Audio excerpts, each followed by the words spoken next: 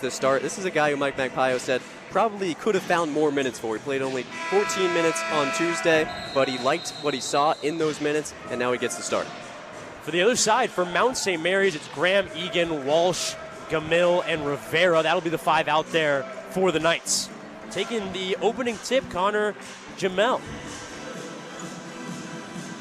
Out there for Fordham, as he was opening night, Rika Schulte.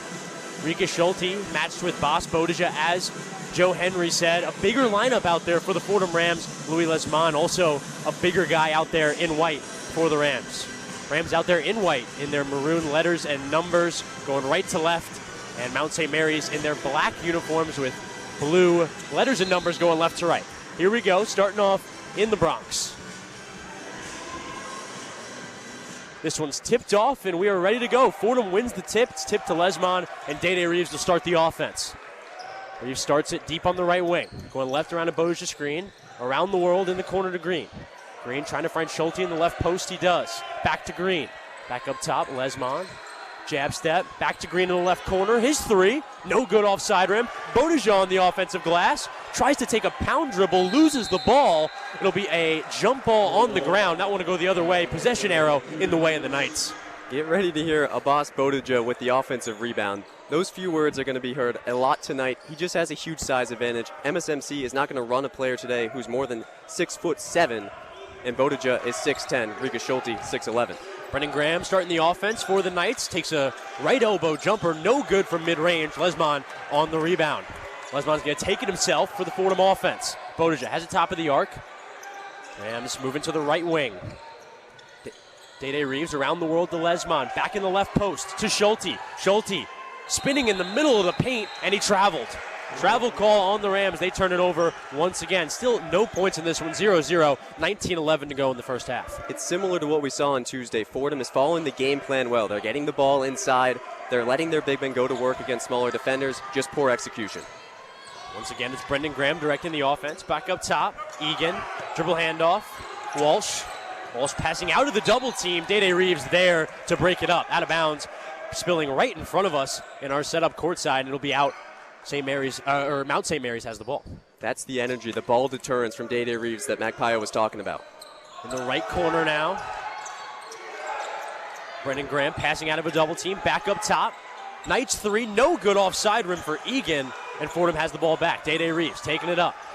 Not wasting any time behind the arc on that right wing. Cross-court pass, Lesman. Lesman drives, loses the ball. Bodija has it under the basket, and he cleans it up with a finish. Abbas Bodija, first points of the evening, 2-0 Rams. And you just got to finish this. You just got to get it to this kid as many times as you possibly could. He's going to finish it every time against smaller defenders.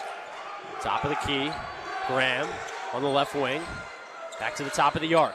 Working around the world, now in the right corner. That 3, it's good! 3, nothing but net for Josh Rivera. And the Knights are on the scoreboard. 3-2 Knights early in this one, 8-10 in the first half. Not sure about Josh Rivera. I think you're thinking Justin Rivera. Justin Rivera. I'm still not over last year. Now in the corner, Green, right corner 3, no good offside rimming. Dede Reeves quickly there on the offensive glass. His mid-ranger is good. Fordham doing a good job on the offensive glass. He's just such a pro. The ball finds him at the top of the key, steps right in, calmly sinks a jumper off the O-board. Knights looking to respond offensively.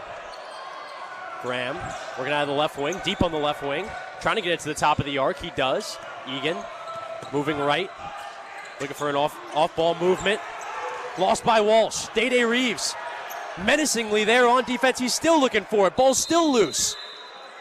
Multiple players on the ground in front of Magpayo. That one's going to be another jump ball. Possession arrow now in the favor of Fordham. Rika Schulte getting taken off the court after that play. Coach Magpayo lighting him up after that play. He's getting an earful because as Dede Reeves came streaking in for the steal, Schulte was nowhere to found. He started going up the floor trying to find an outlet pass, but Reeves needed help. He ended up getting triple teamed. That's how he lost the ball. Luckily, Fordham gets possession off the jump ball. Fordham with a 4-3 lead over Mount St. Mary's. 17-19 to go in this first half. Dede Reeves, top of the arc. Now Green out of the right wing, driving inside. Kick out, Dede Reeves. His 3, it's good! Dede Reeves, good from the top of the arc, and he has Fordham out to a 7-3 lead. 17 minutes to go in this first quarter. First half. and it's stolen defensively. Day-Day Reeves on both ends getting it done. Outlet pass to Green, dump pass to Akira Jacobs. He finishes under the rim. Fordham efficient on both ends. 9-3, 16:48 to go in this first half. That possession's the blueprint. Get a steal, early shot clock, find a full court outlet, and get it to the big man to finish. Brendan Graham working on a menacingly defending Marcus Green. Sagging off the defender, Egan takes the three, no good off front rim. Mount St. Mary's once again coming up empty offensively. Day-Day Reeves spinning to get in the front court. Pass to Lesmond, his left wing three, no good off backboard. Day-Day Reeves is there, pass to Green, thought about the shot, instead passed it to Lesmond. No good from the left corner three. Bodejah on the offensive glass. He spins middle of the paint. Takes a hook, no good with his left hand, and Mount St. Mary's is there on the defensive glass. Great effort from both teams. It's now Mount St. Mary's working quickly. Walsh drove out of the right wing, lost the ball, and Fordham has it back. Went up with it for the layup, thought better of it, turned around, and there was no one but Fordham. Day-Day Reeves, pass to Marcus Green, right wing. Thought about the shot, then didn't. Back to Day-Day, left wing, going right around Akira Jacobs' screen. And that's an offensive foul. Offensive screen call on Akira Jacobs. That foul will be on the Rams, and that possession will go back to Mount St. Mary's. It's the second time we've seen that in as many games from Jacobs. It's something you struggled with all offseason, just using too much contact on the screen. And in this case, in a situation where he doesn't have to, he's screening a guy who's nearly a foot smaller than him, a foot shorter than him, and much smaller than him in terms of his frame. Just set a good, normal, shoulder-width screen. It's going to get the job done. Fordham with a decent start early in this first half. We're going to take a little break. We'll be right back. 9-3 Fordham, 15:50 to go in this first half. You're listening to Fordham Men's Basketball on WFUV Sports.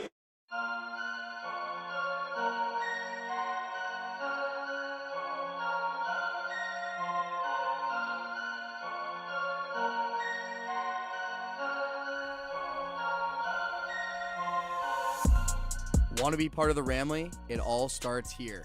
I'm Nathan Rogers. And I'm Kate Cox, and we are two of your hosts for On the Hill, WFUV's exclusive podcast for all things Fordham athletics. From the field of Moglia Stadium to the hardwood of the historic Rose Hill Gym, we've got you covered with the ins and outs of Fordham sports.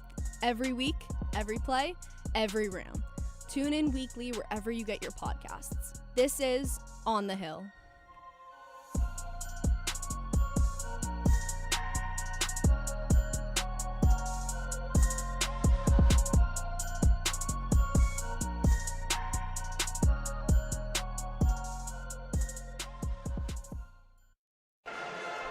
Chris Carrino joined by Joe Henry. Early stages of this Friday night matchup. Fordham Rams up 9-3 over the Mount St. Mary's Knights. 15:50 to go in this first half. As I said, going into the break, Joe, a good start for the Fordham Rams. A lot of things they didn't like on Tuesday, they're improving on here on Friday. If the execution hasn't been perfect, but it's been enough to get you out to a lead, you need to see it parlayed over a full 40 minutes here. They have a chance to do that against an inferior opponent.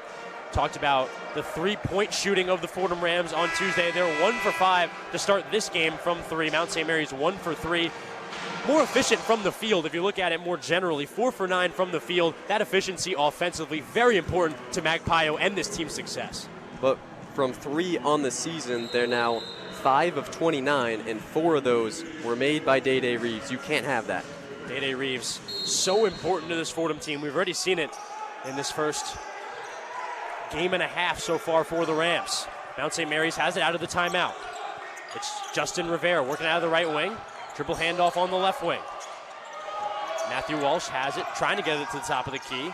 Eventually gets it to Liam Lynch. Lynch trying to get it inside, stole by Nutter. Zariq Nutter coming the other way. Stopping on the right wing, then decides to drive again. Driving inside, it's blocked. Blocked away. Jimenez. Now Rivera has it, pass on the right wing, extra skip pass, corner three, no good for Walsh. Rebound by Nutter, another play defensively. Outlet pass to Christian Henry, he'll direct the offense. Pass inside to Akira Jacobs, pass back out to Green, he'll drive in from the right corner and score at the rim. You have to respect Green as a shooter, but he can do a little bit more than just shoot. Quick up fake and then drive the baseline, free layup. Green, a disappointing season last season, intriguing bounce back candidate this year. Now in the right corner, Mount St. Mary's working. Matthew Walsh getting picked up by a double team. Trying to find a pass on the baseline. Staggering defense. Eventually Akira Jacobs on the ground to grab that one. And it'll be Fordham ball. Foul called on Mount St. Mary's. It'll be Fordham possession after the Knights foul. Yeah, Jacobs went to the floor, and then Rivera jumped right on top of him. Thought maybe they could get a jump ball there. They don't. How about the steal, though, coming from the freshman, Roar Core. Welcome to the Hill, Roar. I was about to say, Roar Core subbing in almost without us even realizing and making a play there. Roar Core about as positive of a player as Magpie has spoken about all offseason. He said that Roar is his best NBA prospect, and he doesn't even know it yet. Core said to be put in the rotation for the game Tuesday. That game ended up being too close. He's getting action here Friday night. Henry receiving a double team at midcourt. Eventually Roar has it. Pass inside to Nutter. Bounce pass, bullet pass under the basket. Jacobs finishes it. Akira Jacobs on the score. Fordham offense still looking efficient. If MSMC is going to full court press, Fordham needs to do that every single time. A fumble of the ball from Matt Monaco for Mount St. Mary's offensively. They lose it on the baseline. They'll have it back. It'll be out of bounds on Fordham. Mount St. Mary's has it under the basket. It'll be Anthony Marziotti on the right side of the baseline taking it out under their own basket. I think the thing that Fordham has to be most happy with so far is the amount of deflections. Feels like every single possession defensively, you're getting a deflection on the ball. Whether you end up getting a steal or a foul is committed or it becomes a tie-up or the ball goes out of bounds as it does here, you're making life so difficult on this team and these ball handlers. And the competition level obviously changes, Joe, from Tuesday, but just seems like a different defensive intensity this evening. That must have been harped on by Coach Mike Magpie. Yes, it's against a lesser opponent. Maybe you think they'd come out flat again. But no, clearly the biggest thing that this team is doing, and not everything's connected offensively so far, but the intensity level, the ball denial, the amount of deflections, guys in the passing lane, hands out wide, that's been perfect so far. Fordham sitting on a 10-point lead, 13-3. That three from the right corner, no good for Mount St. Mary's. Fordham has it once again offensively. 13-3 Fordham, 14-14 to go in this first half. Christian Henry working out of the right post, barreling his way inside. No good on the shot, but he'll get fouled inside the paint, and he'll go to the line for two. That's what we want to see from Christian Henry. He averaged 4.5 free throws a game last year. He only went to the line twice on Tuesday. You need this guy to penetrate more. He's your ball handler. He's your point guard. Get inside. Good things happen when Christian Henry gets inside. He's also the leading assist man returning for this Fordham team. Let him drive the ball inside, kick out if he needs to, or let him make his own decisions and put the ball up, draw a foul. Aside from Day Reeves, maybe the most important figure in that backcourt room for this Fordham team, Christian Henry, playing his first year at D1 last season, 7 20-plus point games last year at Eastern Michigan, 37% from the three-point line. That was a career high. He had a wrist injury earlier in the summer. He found himself healthy when the season rolled around now, and has found himself getting adequate. It seems a lot more comfortable this evening in comparison to Tuesday. Found himself a little uncomfortable, only 1 point in that one, 1 rebound, 2 assists, and 1 for 4 from the free throw line. That number may be the most alarming out of it all. It is. It's good that he got to the line at least twice, but he should be getting line 3 or 4 times a game, and he also needs to be hitting his shots. He's a guard. He's a guy who struggled historically from the free throw line, sub 70%. But he's also a guy you need to be able to lead the second unit offense. Mike Magpie said preseason that he's the truest point guard, the quarterback of our team. We didn't see that on Tuesday. Henry, no good on the first free throw. That went off back iron. Fordham's free throw struggles continue. Absolutely. 1 for 5 now is Henry to start the season. Henry on the second. Good on that one. Rattled around the front rim and went in. Now 2 for 6 on the year. And a full court press from Magpie. Yeah, full court press from the Rams, keeping that aggressive mentality defensively. Henry guarding Liam Lynch past half court, now in the front court. Lynch trying to find his teammate Hersner. Eventually finds a teammate in the right corner. Henry, tight contested defense in that corner, and a step out of bounds. Turnover forced by the Fordham defense. Christian Henry flexes after the play. He's excited, and that'll be back toward the Fordham Rams. Fordham Rams, more great work defensively. Again, just fantastic pressure on the ball. Guys can't even dribble around anyone because guys are too big, too long, and they're being too intense in their on-ball defense. Ryan Pettis subbing into this one for the Rams. Zarik Nutter spinning, trying to get into the lane. He traveled. That'll be a turnover for the Rams going back toward the Knights. Ryan Pettis subbing into this one. Only returner to appear in double-digit games last season. Magpie offered Pettis in 2023 at UC Riverside. So bit of a history between his head coach and him. And a steal. Pettis steal at midcourt and a dunk on the other end. Pettis with a two-handed slam after the steal. Pettis doing it on both ends, making the most out of the time on the court. Magpie said it himself. That's why he's in the game, to play good defense. Magpie always says never afraid to sacrifice his body. Saw great defense there. Back up top, Monaco. Mount St. Mary's trying to get a score. Still with 3 points. That one from mid-range, off front rim. Fordham coming the other way, and they're running. Outlet pass to Nutter. Nutter driving inside. No good on the shot. That one went all around the rim, but he'll go to the line for 2. You know, one thing that Zariq Nutter has done exceptionally well in his first game plus as a Fordham Ram is getting to the line. He's not afraid to draw contact inside. He does it as much as pretty much any player you'll see all year in the A-10. But he's also had a lot of trouble finishing on the shots that he's gotten fouled. This was a case where, against a guy who's much smaller than him, he takes a bump, yes, he gets a little off kilter, but you got to be able to finish that layup. Go up for an and one. He makes the first. 17-3 after the free throw. Mount St. Mary's still sitting at a 3-point total. They've had that for a while now. 14-point lead for the Fordham Rams. 13:08 to go in this first half. Second one from Nutter. No good off back iron. Another miss at the free throw line for the Rams. Mount St. Mary's has it, and they're pushing fast. Hersner trying to get past Nutter into the front court. Nutter pokes away at it. Ball on the ground. Core on the ground. And that one's thrown away. Wow. Hersner looked around the scorer's table, thought he had his teammate there. He didn't. Turnover from the Rams. Rams creating chaos defensively. The intensity is just unreal. 8 turnovers already forced by Fordham. Nutter gets a piece of that. Core goes flying to the floor. MSMC recovers but throws it away. Fordham Rams currently on a 15-0 run. Core up top to Schulte. Back to Core. Left corner. Back up top to Henry to reset the offense. Henry to Core. Left corner. He'll take the 3. Catch and fire. It's good! We were told from Coach Magbayo, if he gets it, he'll shoot it. He did it there. Fordham Rams up 23, 12:34 to go in this first half. What a play from the true freshman. He said it, and I quote, when he checks in the game, the first time he touches it, it's going up. Christian Henry, handsy defense defensively, wanted the jump ball, ended up getting the foul instead.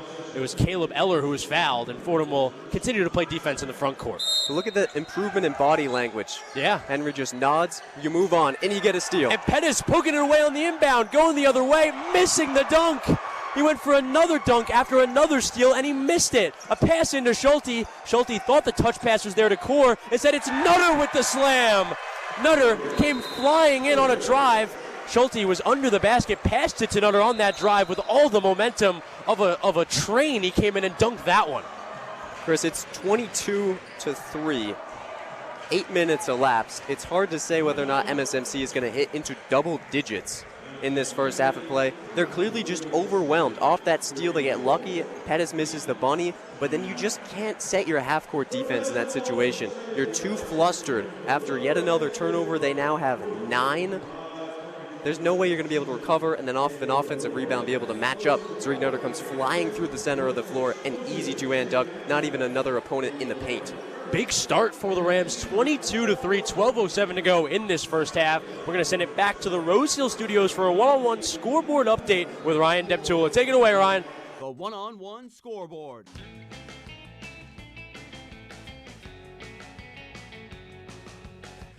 Thanks, guys. We've got a solid state of A-10 non-conference men's basketball tonight. Kicking it off at 6 p.m. was the University of Rhode Island taking on Tulsa. URI is currently trailing. Score is 54-40 Tulsa with about 10 minutes left to go in the second half. Tipping off earlier today was Duquesne, now in a tilt with a new face in the MAC, the Sacred Heart Pioneers. The score is currently 38-36 Dukes with 2 minutes left in the first half. Taking us down to South Carolina, Davidson is working on Washington State. The tally so far, 40-24 Davidson at the half. Last season's A-10 runner-up, George Mason, is in a tight one with the Winthrop Eagles visiting the Patriots down in South Carolina. The match is 47-43 Eagles at the half. To round off the night, we have the defending A-10 champions VCU and a bout with the Utah State University. And that game will tip off at 8 p.m. With the one-on-one scoreboard, I'm Ryan Deptula. Back to you guys.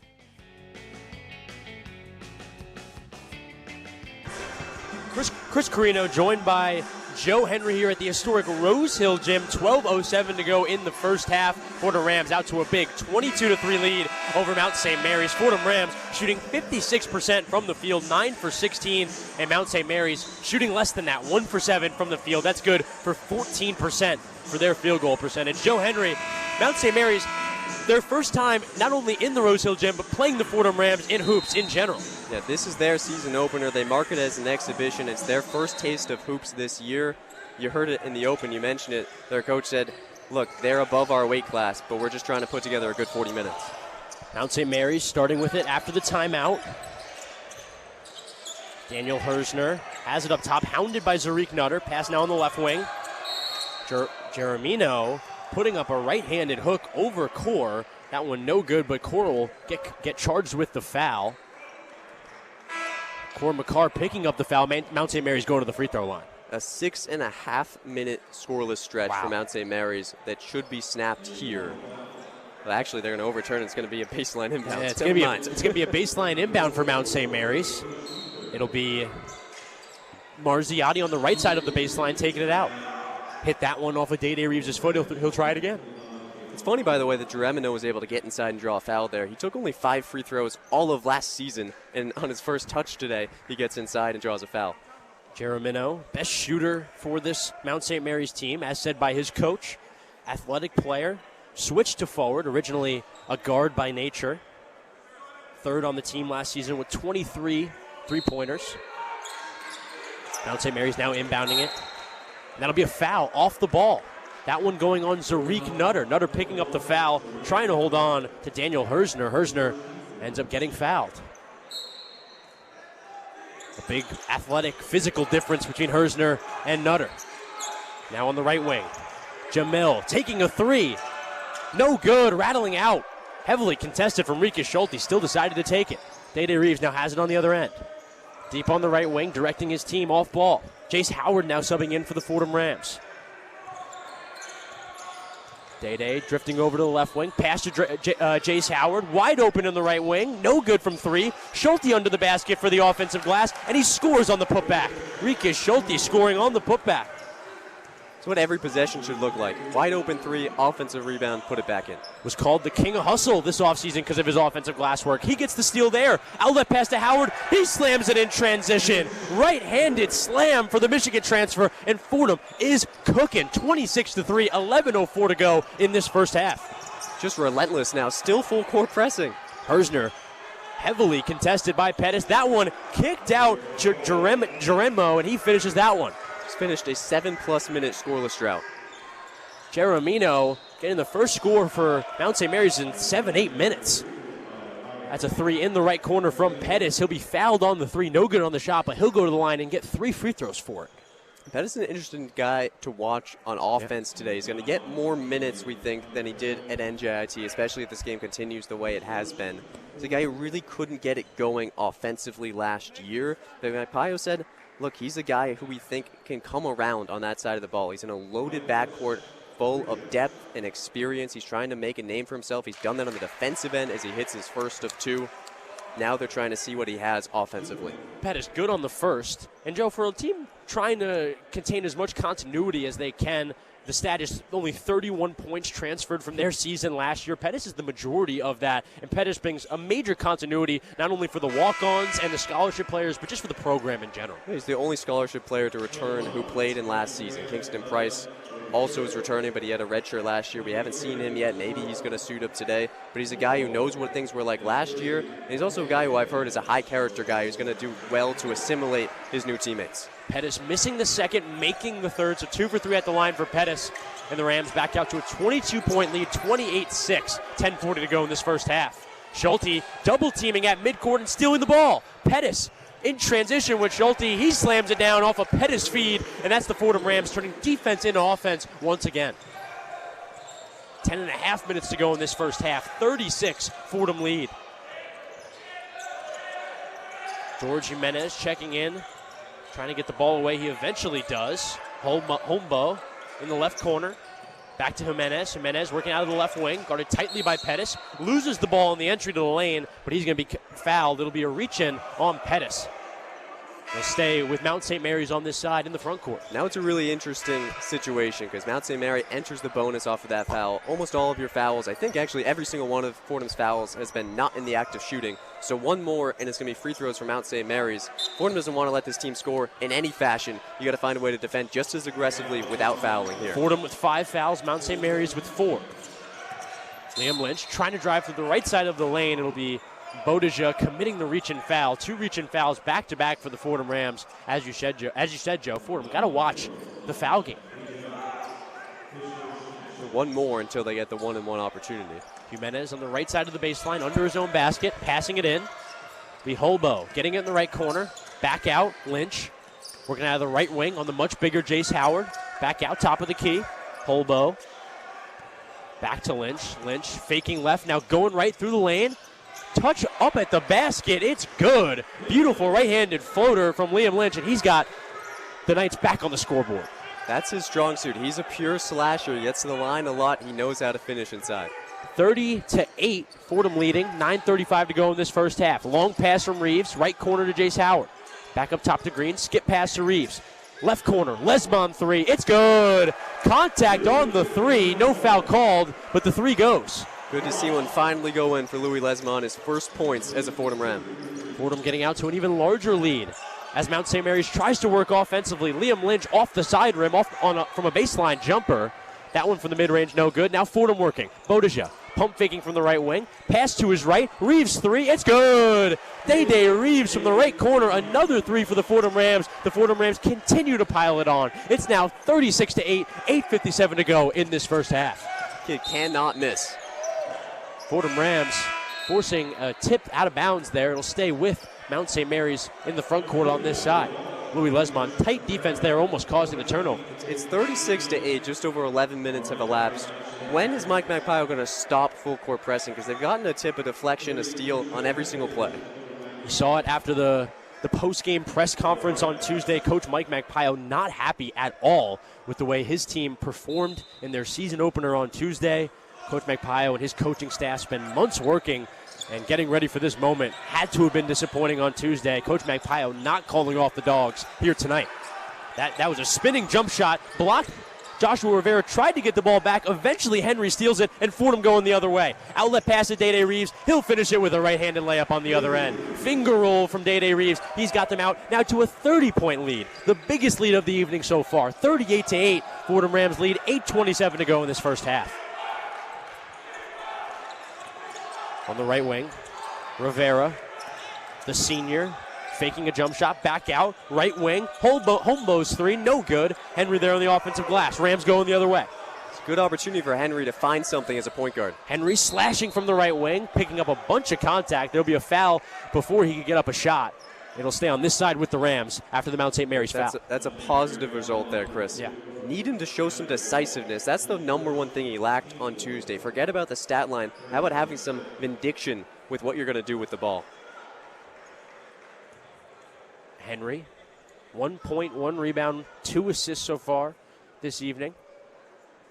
The Eastern Michigan transfer, good on his first from the line. It'll be, once again, another substitution for Mount St. Mary's. This time it's Connor Jamil subbing back in. The starter getting back in the action. Soren Holmbo taking a seat for the Knights. Henry good on the second as well. 2 for 2 at the line for Christian Henry. 48. Fordham leads by 32. 8:07 to go in this first half. Same man press look for Fordham. MSMC is going to bring all 5 players into the full court to try and break the press somehow, some way. Fordham Rams not calling off the Dogs whatsoever. Walsh trying to make his way in the lane. Ends up being a foul on the guarding Christian Henry.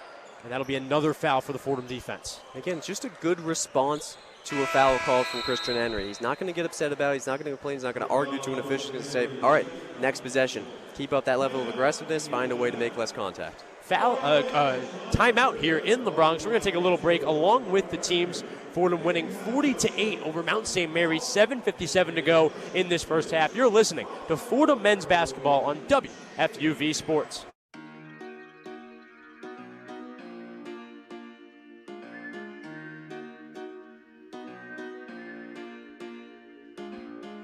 Hey everyone, it's Lydia Perner. And Grace McCarran. And we are 2 of your hosts for 5 on 3. WFUV's best, if only, hockey podcast. With all the storylines in the tri-state area, you won't want to miss an episode. How will Matthew Schaefer fit in with the Islanders? And will the Rangers have a bounce-back season under Mike Sullivan? Finally, will the Devils be able to stay healthy and hit their full potential? Stick with us all season for all things NHL and Will Cooley updates on WFUV Sports.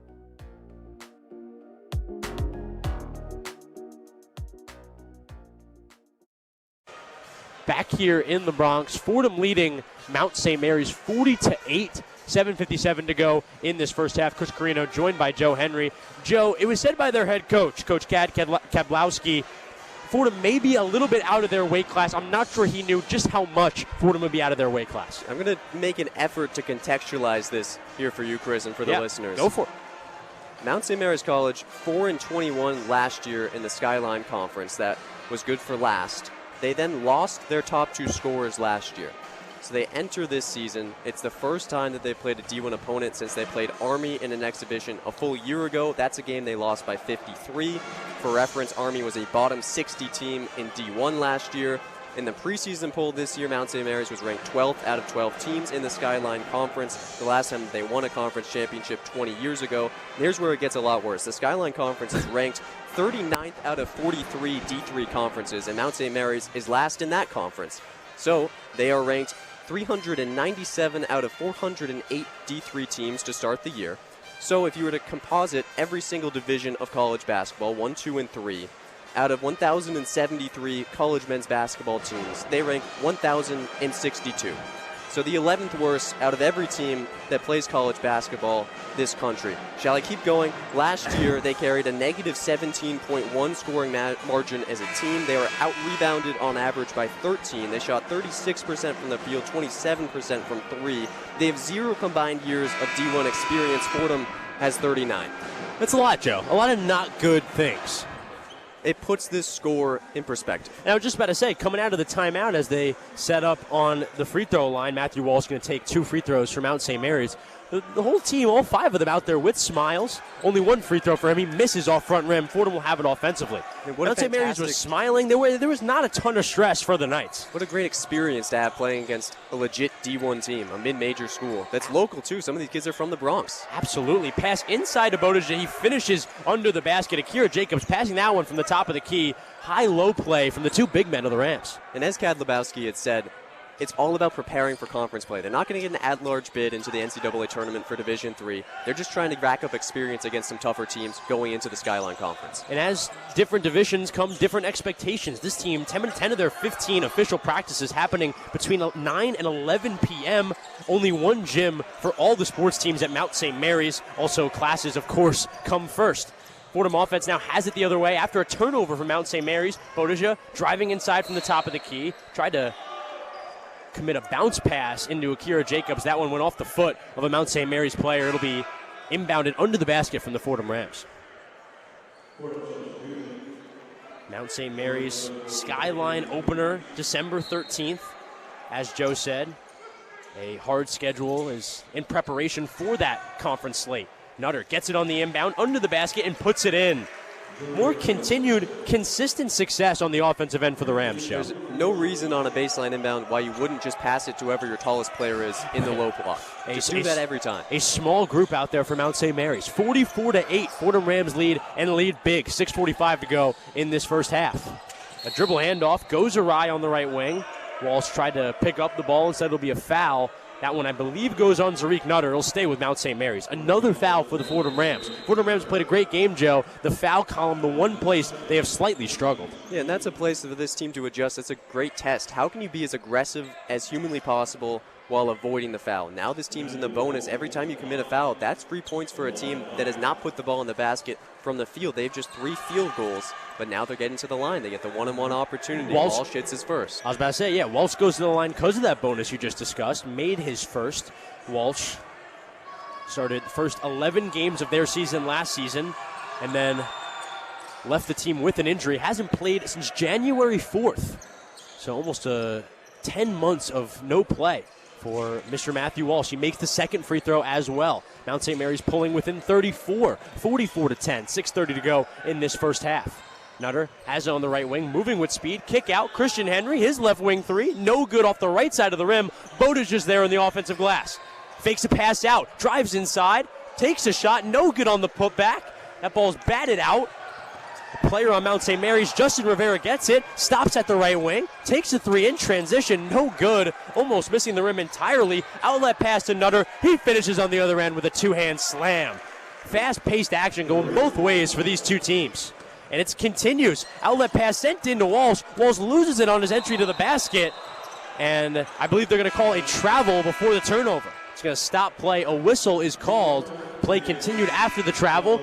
Referee said no, so they're going to stop play. It's going to be Rams ball after the travel. I feel like insane play, Joe. I feel like I'm at my rec league in Hanover, Massachusetts. Tariq Nutter didn't even cross the half-court line on the last Fordham steal. He just waited on the other end, cherry-picking to get the free bucket. I mean, that's what we're looking at right here.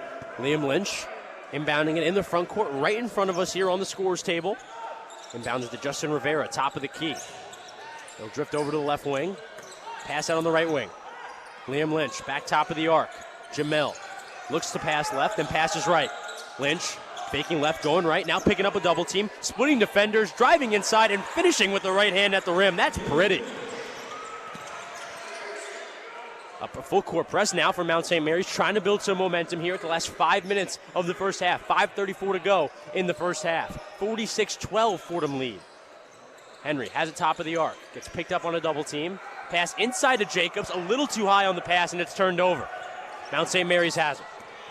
Lynch stole it and now has it in the front court. Pass out top of the arc. Jeremino, pass on the left wing. Rivera driving baseline.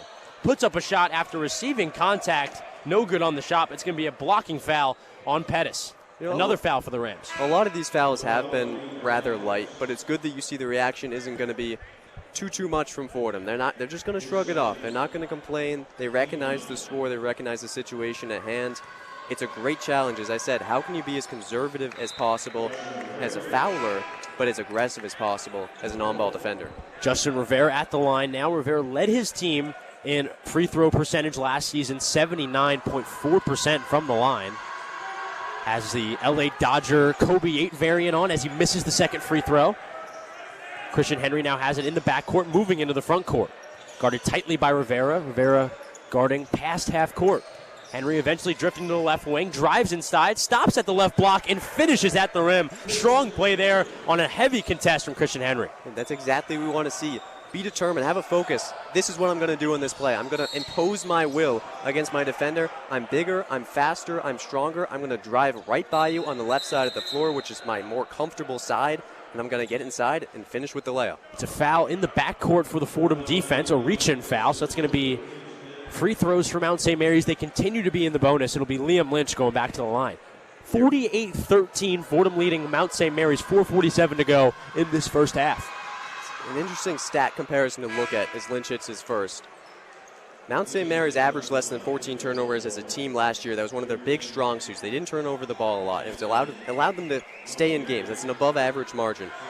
They've committed 13 already in the first 15 minutes of play, but Fordham has committed 10 personal fouls. You got to gain the separation between those. Commit turnovers or force turnovers without committing fouls. Lynch good on the second free throw. 48-15. Fordham Rams still a 33-point lead. 4:45 to go in this first half.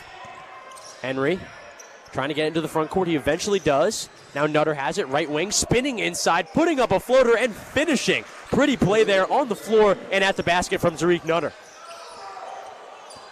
Fordham offense continues to flourish. Mount St. Mary's now has it defensively. Trying to pass it quickly in that left corner. Liam Lynch almost turned it over. It'll stay on this side with the Knights. It's an example of defending without fouling. They weren't harassing their defenders. They gave them a half step. But still, these are guys that aren't going to be able to complete passes against guys that have 7-foot wingspans. That's all you need to do. Lynch inbounding it on the left side of the baseline. Tried to get it top of the key. Hersner lost it. Henry now has it in transition. He'll dunk it on the other end. Now 3 Fordham Rams with dunks this evening, and the Fordham Rams continue their success, 52-15. What a lead, 4:09 to go in this first half. Lynch has it out of the left wing, working on a 2-man game with Monaco, puts up a mid-ranger, no good. Schulte there on the defensive glass. Gets up ahead to Henry. Henry will slow it down to Akira Jacobs. In the right wing, under the basket to Schulte. Schulte firing a pass in the left corner, no good for Rohr. Nutter working hard on the offensive glass. He has it. No good on his putback attempt, but he'll get fouled, and get fouled hard. David Hersner on the foul, and that'll put Tariq Nutter back at the line. Hersner's a little upset, and I really can't blame him. He's going up against a 6'7" Tariq Nutter who is imposing his will on both sides of the floor. He's harassing him on defense. That last turnover that Fordham got that turned into that Christian Henry dunk, that was a Zariq Nutter forced turnover in which he jumped effectively right over Hersner in order to tip the ball, and in the process ran him into the ground. Hersner did not get up until the end of that possession. Then on that one, Nutter draws the foul from him. Media timeout here in the Bronx. 52-15 Fordham with a massive lead. 3:47 to go in this first half. We're going to send it back for another one-on-one scoreboard update at the Rose Hill Studios from Ryan Deptula. Take it away, Ryan. The one-on-one scoreboard. In New York sports action, the Knicks faced off against the Minnesota Timberwolves earlier this week.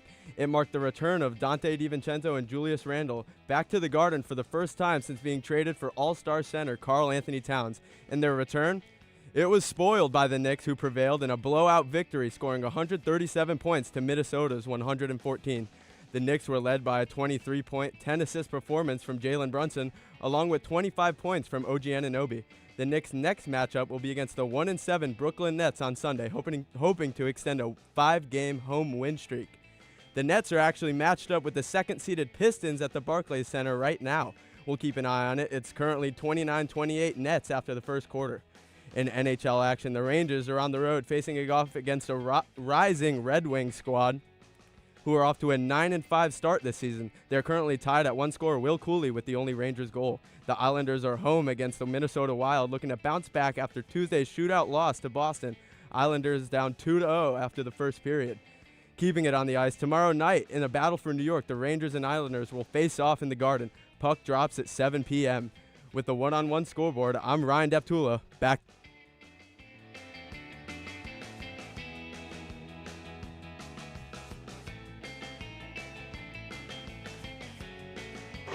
Thank you to Ryan, as always. Back in the Rose Hill Studios, we'll hear from him at halftime for the halftime show. That will be with Henry Wolf as well, making his studio host debut. 52-15 here in the historic Rose Hill Gym. 3:47 to go in the first half. It has been all Fordham in this first half, Joe.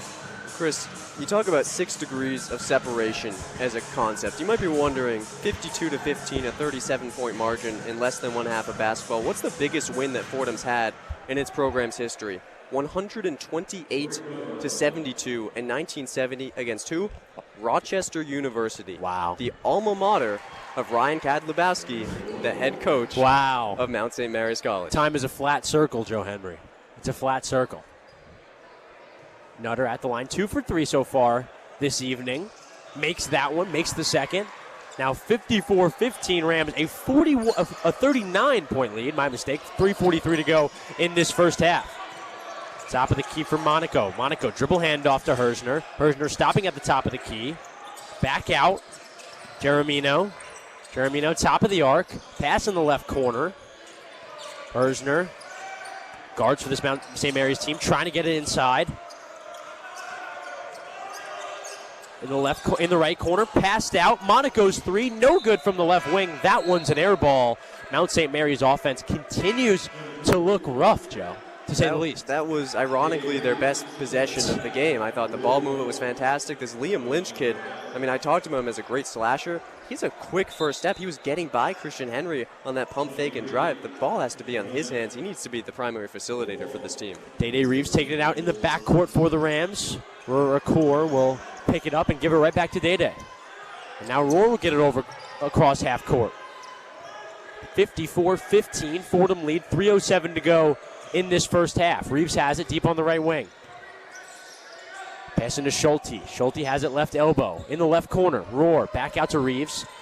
Skip past to Lesmond, back in the left corner to Roar. His 3, no good off the right side of the rim. Akira Jacobs on the offensive glass. Out to Reeves, skip past to Lesmond, straight on 3, no good. Offensive rebound by Roar, using his size, no good on the putback. Roar there again, finally gets it on the putback. The second putback is good. Roar Core using his strength, and using his strength disrespectfully down low. My goodness.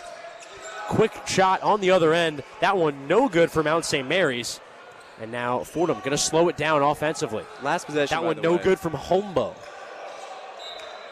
So Reeves lost it out of bounds. Yeah, Reeves loses it. That one tipped away by the tightly contesting Mazziotti, and that'll be back toward the Knights. Just to keep up on that last possession, Rohr miss, Akira Jacobs rebound, Lesman miss, a core rebound, a core miss, a core rebound, a core make. Caleb Eller on the right wing. Jimenez driving inside, splitting defenders. No good on the up and under with the right hand. Ball's being fought for on the ground under the basket, and that one's going to stay on this side with Mount St. Mary's. Great effort from Schulte. He goes to the floor. That's the biggest man on the court, laying his body on the line for an offensive rebound when you're up by 41 points. His toe tapped the baseline, so it's out of bounds. That's why MSMC gets another shot here. Jimenez has it on the right side of the baseline under his own basket. Jimenez gets it back after the inbound. Puts up a floater. No good from the right wing. Almost went in. It got fouled on the shot. So field goal doesn't go, but he'll get a chance to score at the line. He'll get 2. It's a tough look from Jimenez. He's the lone transfer on this roster. He played at Cayuga Community College for a couple of years, and he's making his homecoming tonight. He's a Bronx native, and he's played pretty well in the minutes he's gotten. He looks confident as a ball handler there. Drives inside, puts up a floater, takes the bump. Now has a chance to score in his native borough. Jimenez gets it to go. A score for Jimenez, his first score of the evening. Jimenez listed at 5'8" for this roster. Looks very small around the rest of the Fordham Rams. Aside from Day-Day Reeves, a lot of tall guys out there in white for the Rams. Jimenez good on the second. Nothing but net for Jimenez. Jimenez gets his team back within 40 now, 56-17, 2:01 to go in the first half. In a zone full court 3-2 press, broken easily. And a quick pass inside from Akira Jacobs to Rohr. Rohr looked like he almost jumped into the rafters to dunk that one. Didn't get the dunk to go. Fordham ended up getting a score on the possession anyway. I think Akor's head hit the rim. My goodness.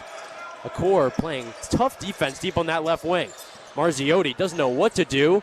Tried to get a pass inside on the left block. Mount St. Mary's ended up having trouble with that one. Let that one go out of bounds on the baseline. They'll take it out once again on the baseline. It's a great adjustment from Fordham. They fouled so much less the past several minutes, but they've still caused these deflections. A lot of baseline inbounds you're hearing from MSMC. Yeah, inbound on the baseline once again. Eller gets it from the left corner, now has it in the left wing. Guarded by the much taller Lesma. Pass out, top of the arc. Jimenez driving through the left side of the lane. Rejected by Rohr. Akor saying no, no.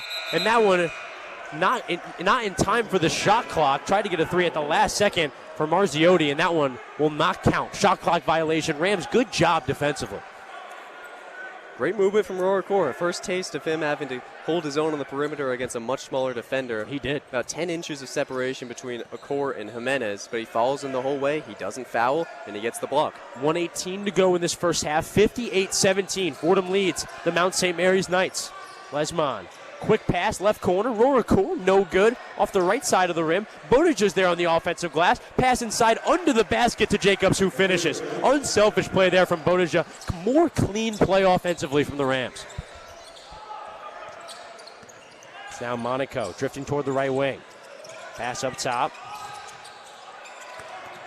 Trying to get it to Eller. Akor steals it on the other end. Tried to double clutch. Ended up losing his grounding with his feet. End up just laying up the ball anyway. Almost avoided, or did avoid, disaster. Hey, 2 points are 2 points, Chris. We've already seen a missed dunk from the Rams today. 62-17 Rams. That one is good from the top of the arc. Brody Ska hits it off the backboard. The bank is open on Friday nights. How about that, Chris? Three-pointer a little bit of everything. A little bit of everything so far this evening. Three-pointer goes for Mount St. Mary's. 62-20 lead for the Fordham Rams. 12 seconds to go. No shot clock. Fordham waiting for the final shot of the half. In the left corner, Rohr Akor, his 3 is good! The only true freshman on the roster has his second 3 of the first half. A three-quarter shot, no good for Mount St. Mary's to end the half. That first half, 65-20, Fordham leading Mount St. Mary's. Joe, that first half, all Fordham Rams. Imposing your will in every way imaginable. The rebound column, Fordham 29, Mount St. Mary's 7. Turnovers, Fordham forced 16, Mount St. Mary's forced 7, which, to be honest, that's kind of a high number for a Fordham team that really took care of the rock well on Tuesdays. And one thing that they did exceptionally well, I think they had 8 turnovers as a team. They already have 7 through one half against a D3 opponent. It's them getting over-eager offensively and being a little bit sloppy, especially when they're trying to push it in transition. That's something to clean up. But other than that, 22.7%. That's what Mount St. Mary's is shooting from the field. Fordham, 62.7%. 58%, and that's the difference. One of the largest scoring first halves in Fordham program history, 65-20 after the first half here at the Rose Hill Gym. Fordham Rams leading the Mount St. Mary's Knights from the Skyline Conference.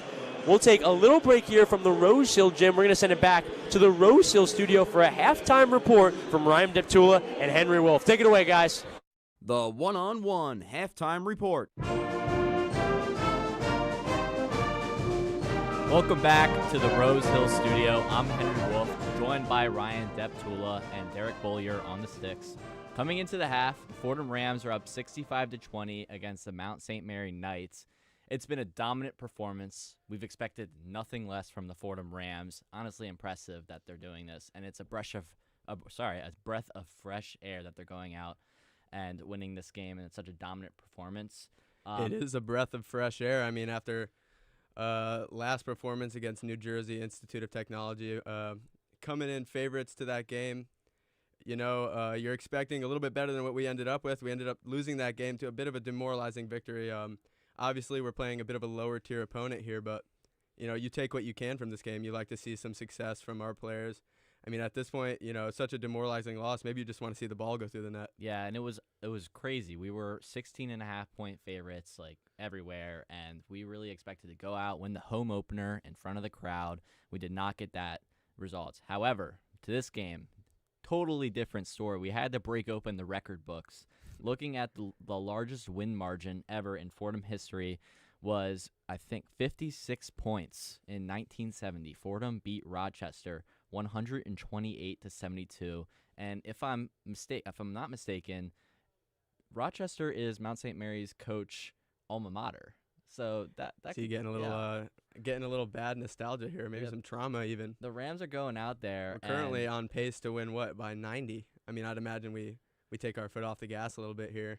I really hope not. I want to see them go back out and keep scoring. We have a lot of great players out there today. Have to turn it back. Looking at Day Reeves again, the star of this team. He is 4 for 4 right now, 10 points and 4 rebounds, and he's been a defensive star too, working both halves of the field. He's got one of 2 blocks for the team, 2 steals. He's also got 2 assists. It's really impressive to watch. What do you think about Day so far? Oh, Day. I went to the game the last game, obviously a disappointment, but highlight Day Reeves. You could see it just by dribbling. He's jumpy. He's jittery on offense. He has moves like you've never seen. Yeah. Even on defense, active hands, he looks like a great starter. He looks like he's going to be our guy, and you'd expect nothing less against a lower opponent, obviously. Yeah, and I love the hustle out of him. He really is making the Fordham lineup right now. He's got 2 assists today so far, so he's dishing the ball. He is a proper guard. And speaking of guards, we're finally seeing some action from Christian Henry, who Magpio has deemed one of the more headstrong guards we've seen. He's very he sticks to his devices, and it's glad to see him. He was 0-7 last game against NJIT, and he's supposed to be pivotal, and now he comes out, he's got some defensive stops, and he's putting points on the board. Yeah, I mean, this has to be a get-right game for Henry if this season wants to have any sort of success here. Christian Henry, I mean, he's just an amazing athlete too. I mean, you expect them to come out here, give it their all. I mean, obviously there's some fouls, some turnovers, lots of turnovers as you'd expect. I mean, I've played a couple basketball games, a couple mismatch opponents. We were turning the ball over, and that's what happens when you play a mismatch opponent. It's to be expected. But they're coming out here playing hard and taking it seriously, so that's all you can ask. And I just want to start talking about another guy stealing the show for the Rams right now. They're sharing their wealth right now. 3 players have got double-digit points. That's Rora Core, Day Reeves, and Zariq Nutter. We'll get to Zariq Nutter in a second, but I want to talk about Rora Core for a second. He's making his debut. He is a true freshman, and he is 4 for 9, 2 threes, 10 points. He's got 2 rebounds. He's making a statement out there defensively, too. He's being strong in the paint, and he's putting points up. That's what Fordham needs. They need that grit and determination in the paint. Yeah, you love to see a true freshman getting after it. This is a team filled with widely transfer portal people. People a little bit on the older edge, seniors, almost all seniors. I mean, a lot of transfer portal people. To see a true freshman may be something to see for the future of Fordham. Obviously, with the transfer portal, you never know where these people will end up by the end of their careers.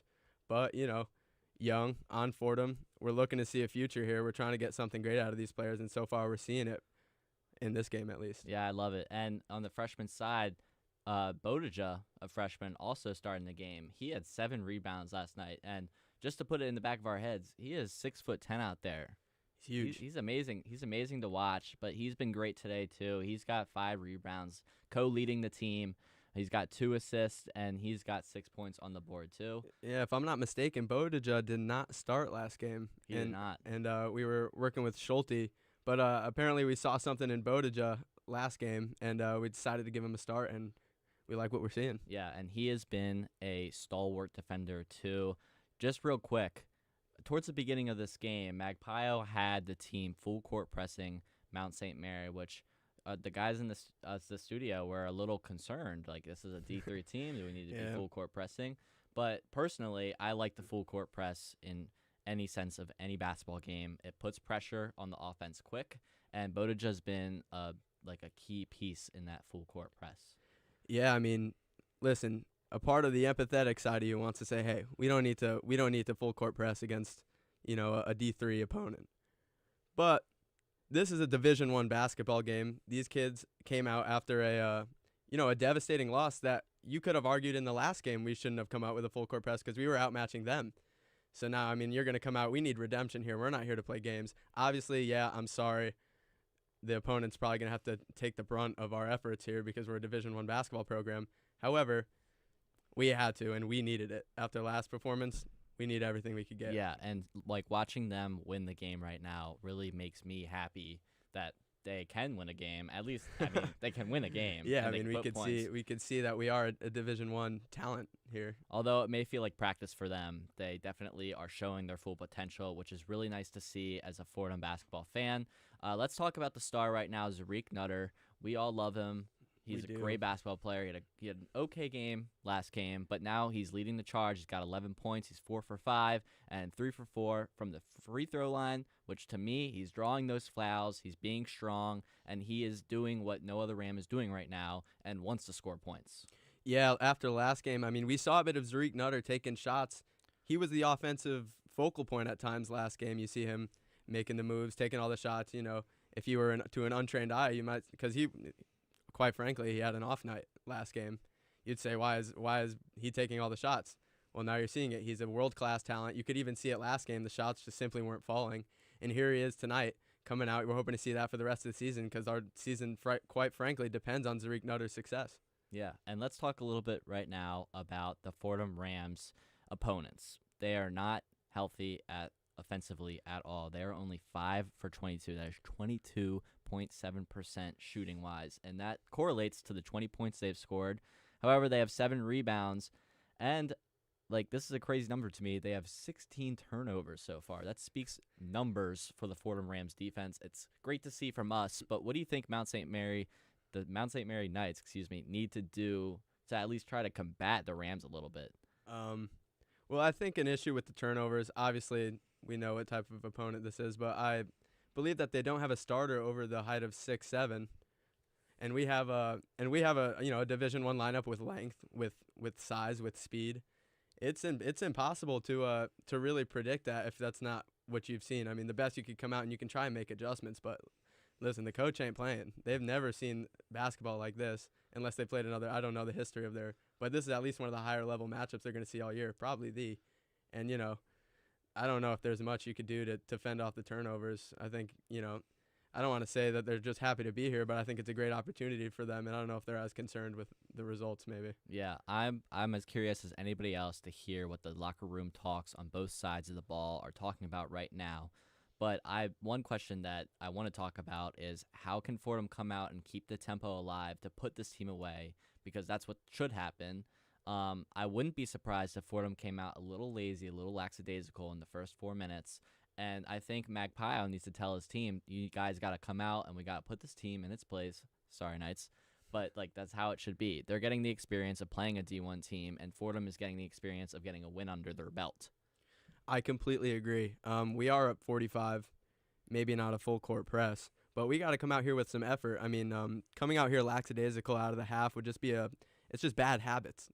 You can't just make a habit, oh, this opponent's not good. We're just going to take our time with it. That you can't build those type of habits in Division I basketball games. You come out of the half and you try, and any good coach would tell you that We better come out and keep pouring it on. There's no excuse for it. Maybe you play some of the lower bench guys, but they got to come out and pour it on. Yeah, and one of the Achilles heels for the Rams have been the unforced fouls this game. We've seen a lot of fouls that didn't need to happen. Some of them could have been weak, thanks to Chris Carrino and Joe Henry on the calls. But at the same time, you do got to play a little careful. You got to be strong, but you can't be, getting in the face and pulling on the hands and pulling on the jersey. So, as a defense, you got to kind of collect for a second, stay as a unit, and go play strong basketball defense and not very weak and willy-nilly defense that gives up a lot of fouls anymore. Yeah, I mean, against a team like this, I imagine it's going to force a lot of fouls because you're seeing them dribble the ball, and you're just itching to get a chance at the ball probably. I mean, it's probably they're less secure with it. You got 17 turnovers, so, you're looking to make a play here. You're looking to, you're looking to be on video. You're looking to be on Twitter later on a highlight reel. It's trending. Everyone tweeting about you, dunking on somebody. I mean, it's that type of game, unfortunately. So I think they're going to be aggressive. I think they're going to try and make their move. I think, the fouls are there. Obviously, bad habits, like I said before, but, it's kind of hard to avoid. It is, and I have faith in Magpie and the team to go out there. We talked about it a little earlier in our talk here about the record. It was 56. Fordham won by 56 against Rochester in 1970. I think everybody would love to see them break that or even tie that record tonight because they can. How do you think they can do that? They got to come out here pouring it on. I don't imagine. I mean, they might come out of the half with the starters because you don't want the starters to have an off night. I mean, that just doesn't happen. But, you'll probably see the bench guys coming in a little bit soon.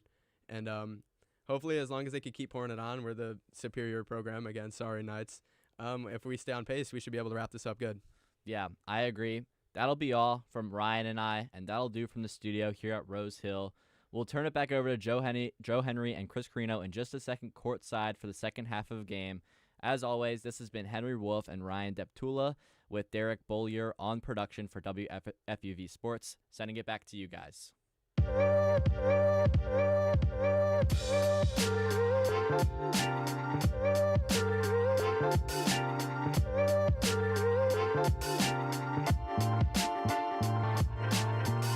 Hi, I'm Ashley Went, one of your hosts for FUVFC, WFUV's best, if not only podcast for all things soccer. From insight from beat reporters for all of New York soccer clubs to breakdowns of all the major leagues and events from the international pitch to right here in the States. Tune in weekly as we discuss all things soccer on Spotify, Apple, and wherever you get your podcasts. See you next week on FUVFC, a product of WFUV.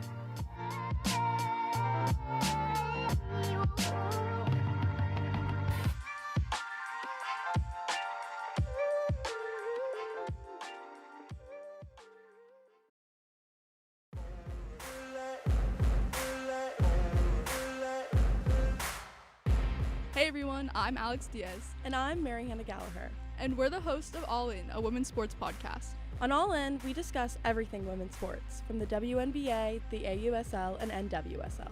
No matter the sport, we have you covered. You can catch us on Spotify, Apple Podcasts, or anywhere else you get your podcasts. All In is a production of WFUV Sports.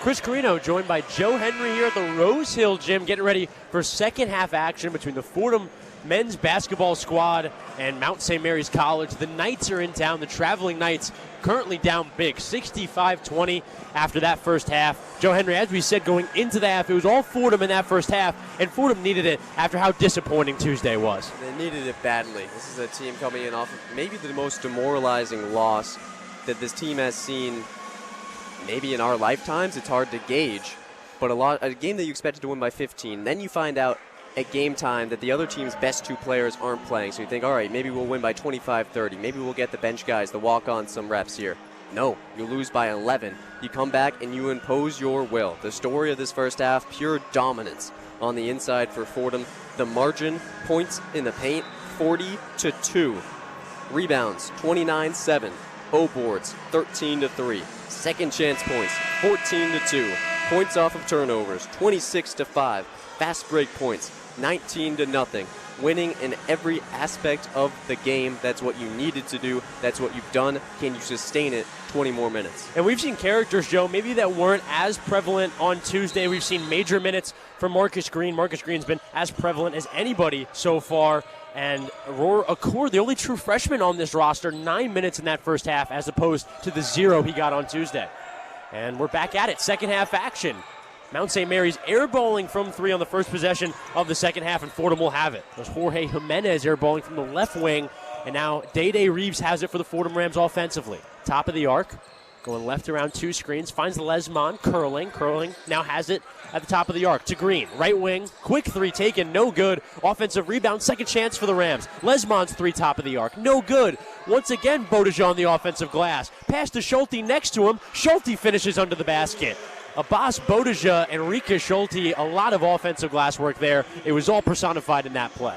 Bodija's been phenomenal on the offensive glass. The best thing I've seen from him, when he's tied up after an offensive rebound, he calmly just looks for a man inside, finds him there for an assist. Egan finding Rivera, back to Egan, right wing, top of the arc, ball moving to Jamel. Ball continuing to go around the arc to Walsh, and it's stolen, top of the arc. Marcus Green going the other way, finishes with the right hand.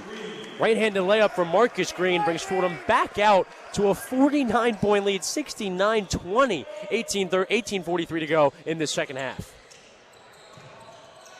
Matthew Walsh trying to cut through the lane, ends up getting met with a lot of physicality inside. A reach-in foul called on the Rams.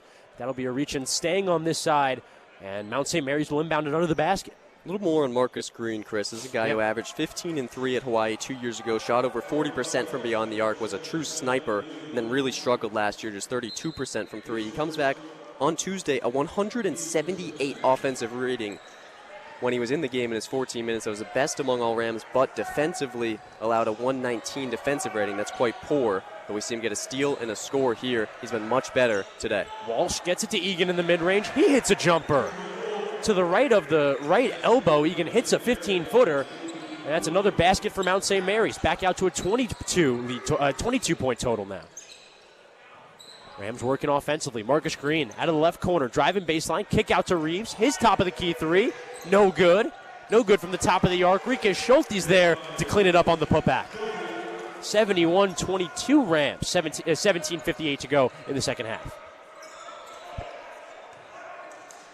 Egan pass in the left corner, in the left wing.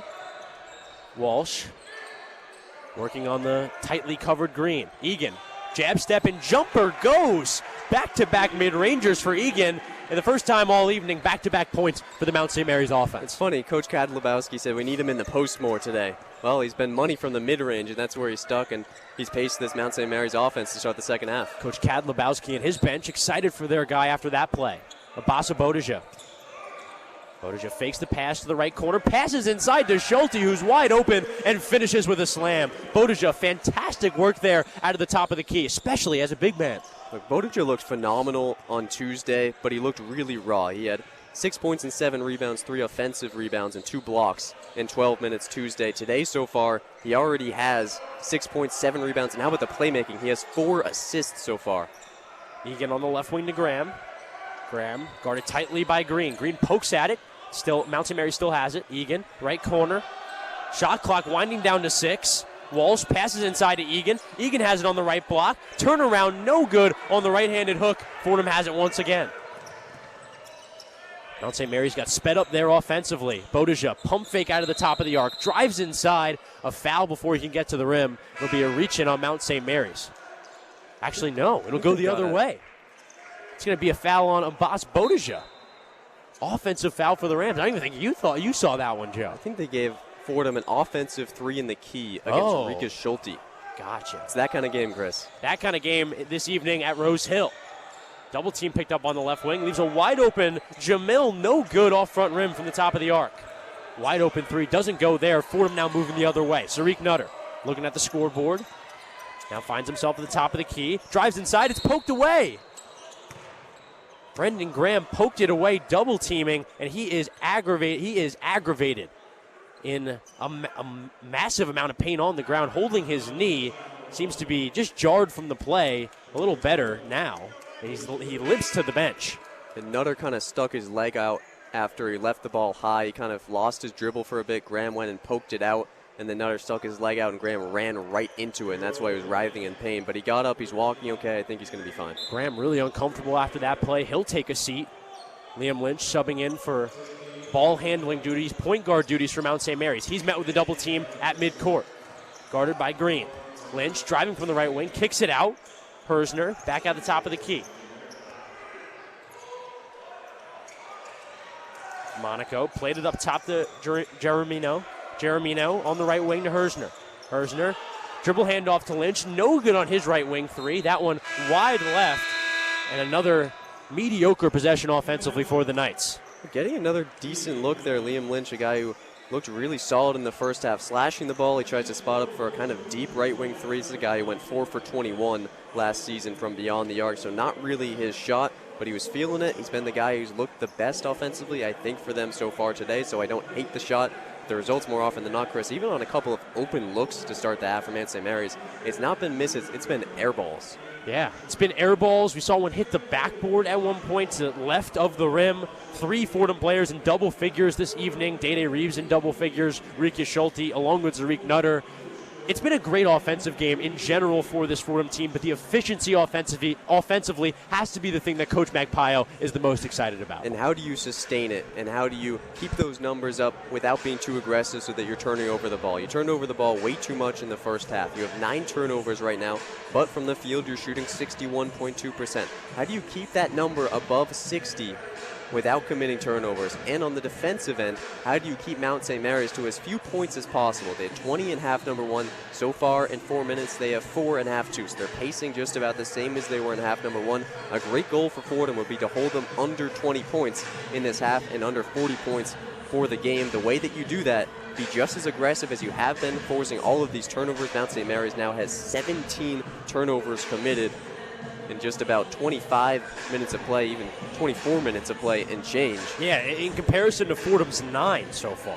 And look, that's a point of emphasis, though, Chris. Fordham can't be turning the ball over this much. They're on pace to commit maybe 15, 16 turnovers in this game.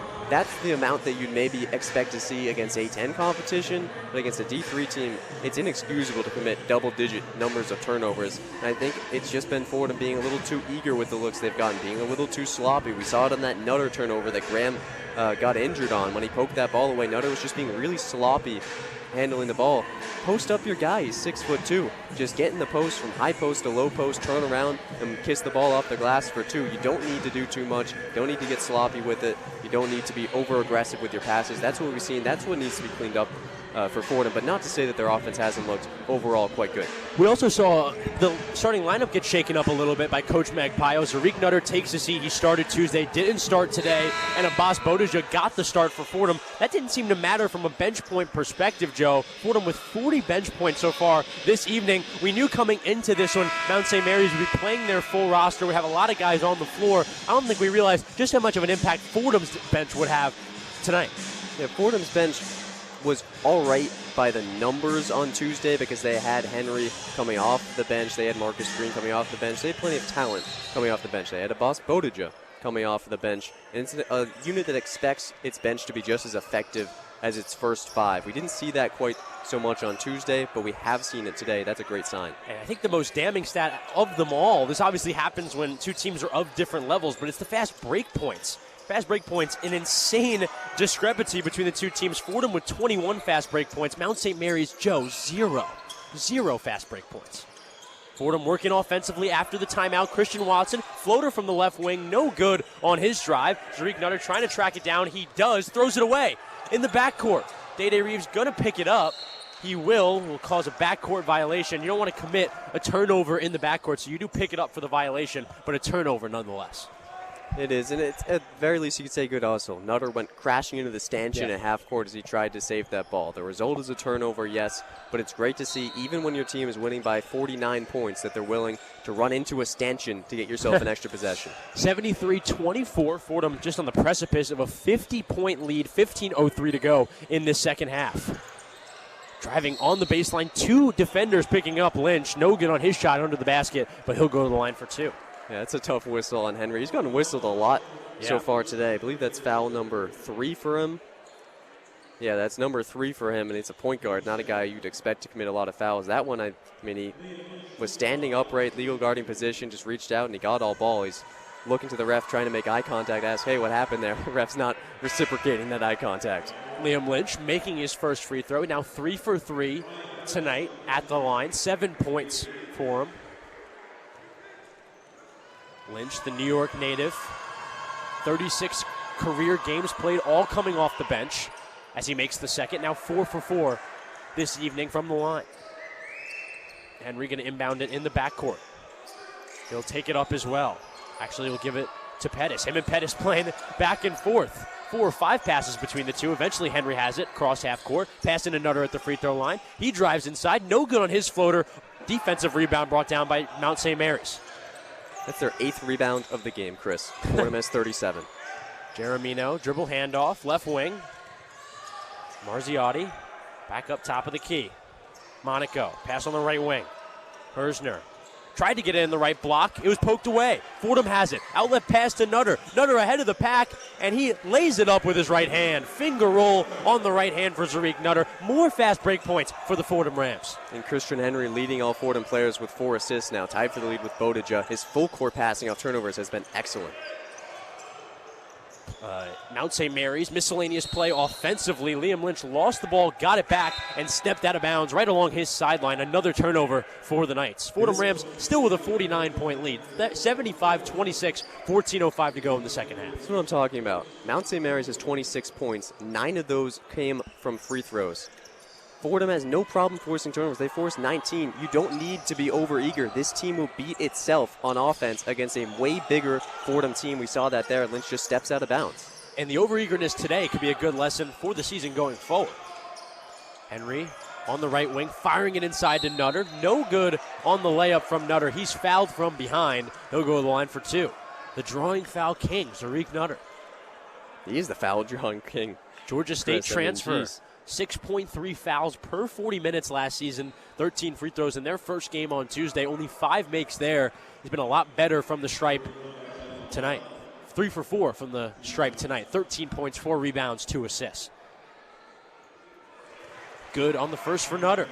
Naipayo says that one of the biggest emphases for this Fordham offense is going to be getting Zariq Nutter paint touches. Whether he's off the dribble drive, whether he's posted up in the high post, let him operate not just as a scorer, but as a passer as well. We've seen a little bit more of that here in the second half. I'd like to see even more. He has 2 assists today after having 0 on Tuesday. That's a positive sign. Good on the second for Nutter as well. Now still a 51-point lead for the Rams. 77-26, 13:36 to go in this second half. Quick right wing 3, no good off front rim for Mount St. Mary's. That one came from Daniel Hersner. Now Christian Henry coming the other way with speed. Changed hands, went to his left, couldn't finish with that. It was put back by Zariq Nutter. Cora also there on the offensive glass. Rora Core.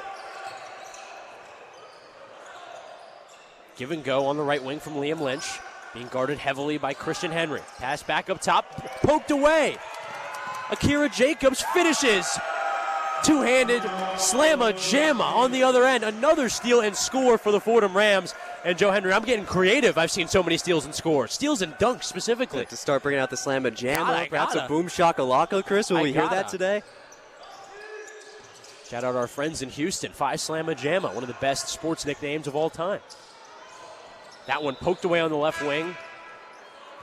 Jeremino trying to fire it into the left wing. Zariq Nutter poked it away out of bounds. It'll stay on this side with the Knights. Again, just impressive hustle from Zariq Nutter. That's what you love to see from a guy who is playing in his 5th year of college ball, who's probably seen it all, but maybe hasn't seen this. Up 55 points, still finding a way to be just as aggressive as he was at tip-off. Matthew Walsh takes it out on the sideline, nearest to us. Back top of the key. Marziotti, guarded by Pettis. Going left, picks up a double team. Man left wide open top of the key. That one offside rim. Jeremino, no good. Fordham has it back.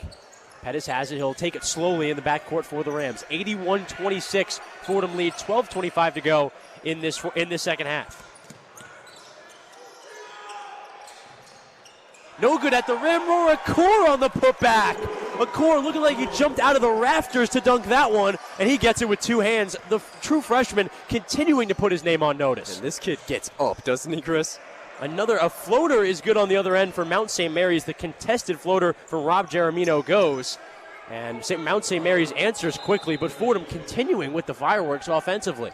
Roracor's collegiate debut, the kid from Australia coming all the way to the Bronx, 12 points on 5 of 10 shooting, 2 of 5 from 3, and 4 rebounds and a steal. It's going to be a media timeout here in the Bronx at the Rose Hill Gym. Fordham continuing to roll, 83-28, 11:55 to go in the second half. We're going to take a little break from the gym. We're going to send it back to the Rose Hill studios for another one-on-one scoreboard update from Ryan Deptula. Take it away, Ryan. The one-on-one scoreboard. We're going to keep it on the court tonight with perhaps tonight's premier men's college basketball matchup with number 19 ranked Kansas taking on UNC. UNC up 13 in a little mini upset so far. In larger basketball action, we're going to take a look at NBA. The Miami Heat scored a franchise record 53 points in the first quarter. Yes, you're hearing that right, 53 points in the first quarter. That would be on pace for just around 200 points. On other action, the Celtics are taking on the Orlando Magic, who are looking to revive themselves off a what could be considered lackluster start of the season. So far, the Magic are up 5 at the end of the first quarter.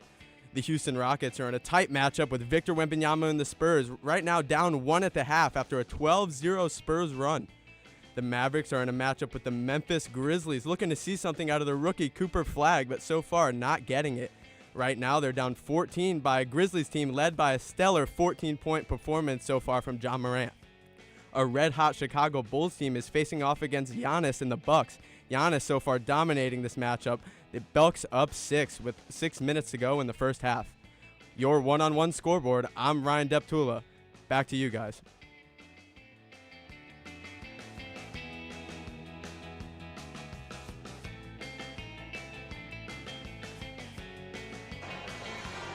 (83-28), 11:56 to go in the second half here at the Rose Hill Gym.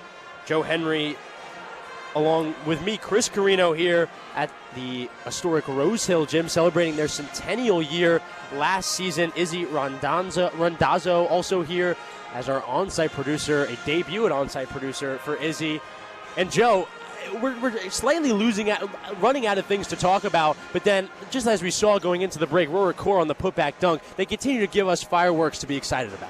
Look, Roracore makes you speechless in a different kind of way. We're out of stats and storylines to tell you, but Roracore is not out of high-flying dunks in which his head is above the rim and the ball is below the cylinder.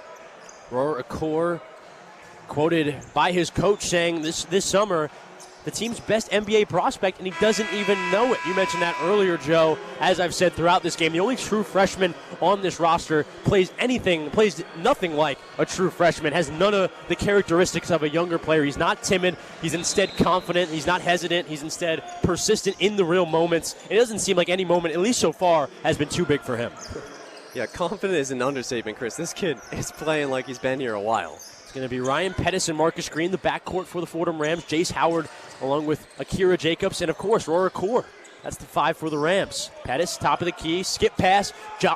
Howard, right wing three is good. Jace Howard, another bucket this evening, and he has Fordham back out to even more of a massive lead. 86-28, 11:28 to go in this second half.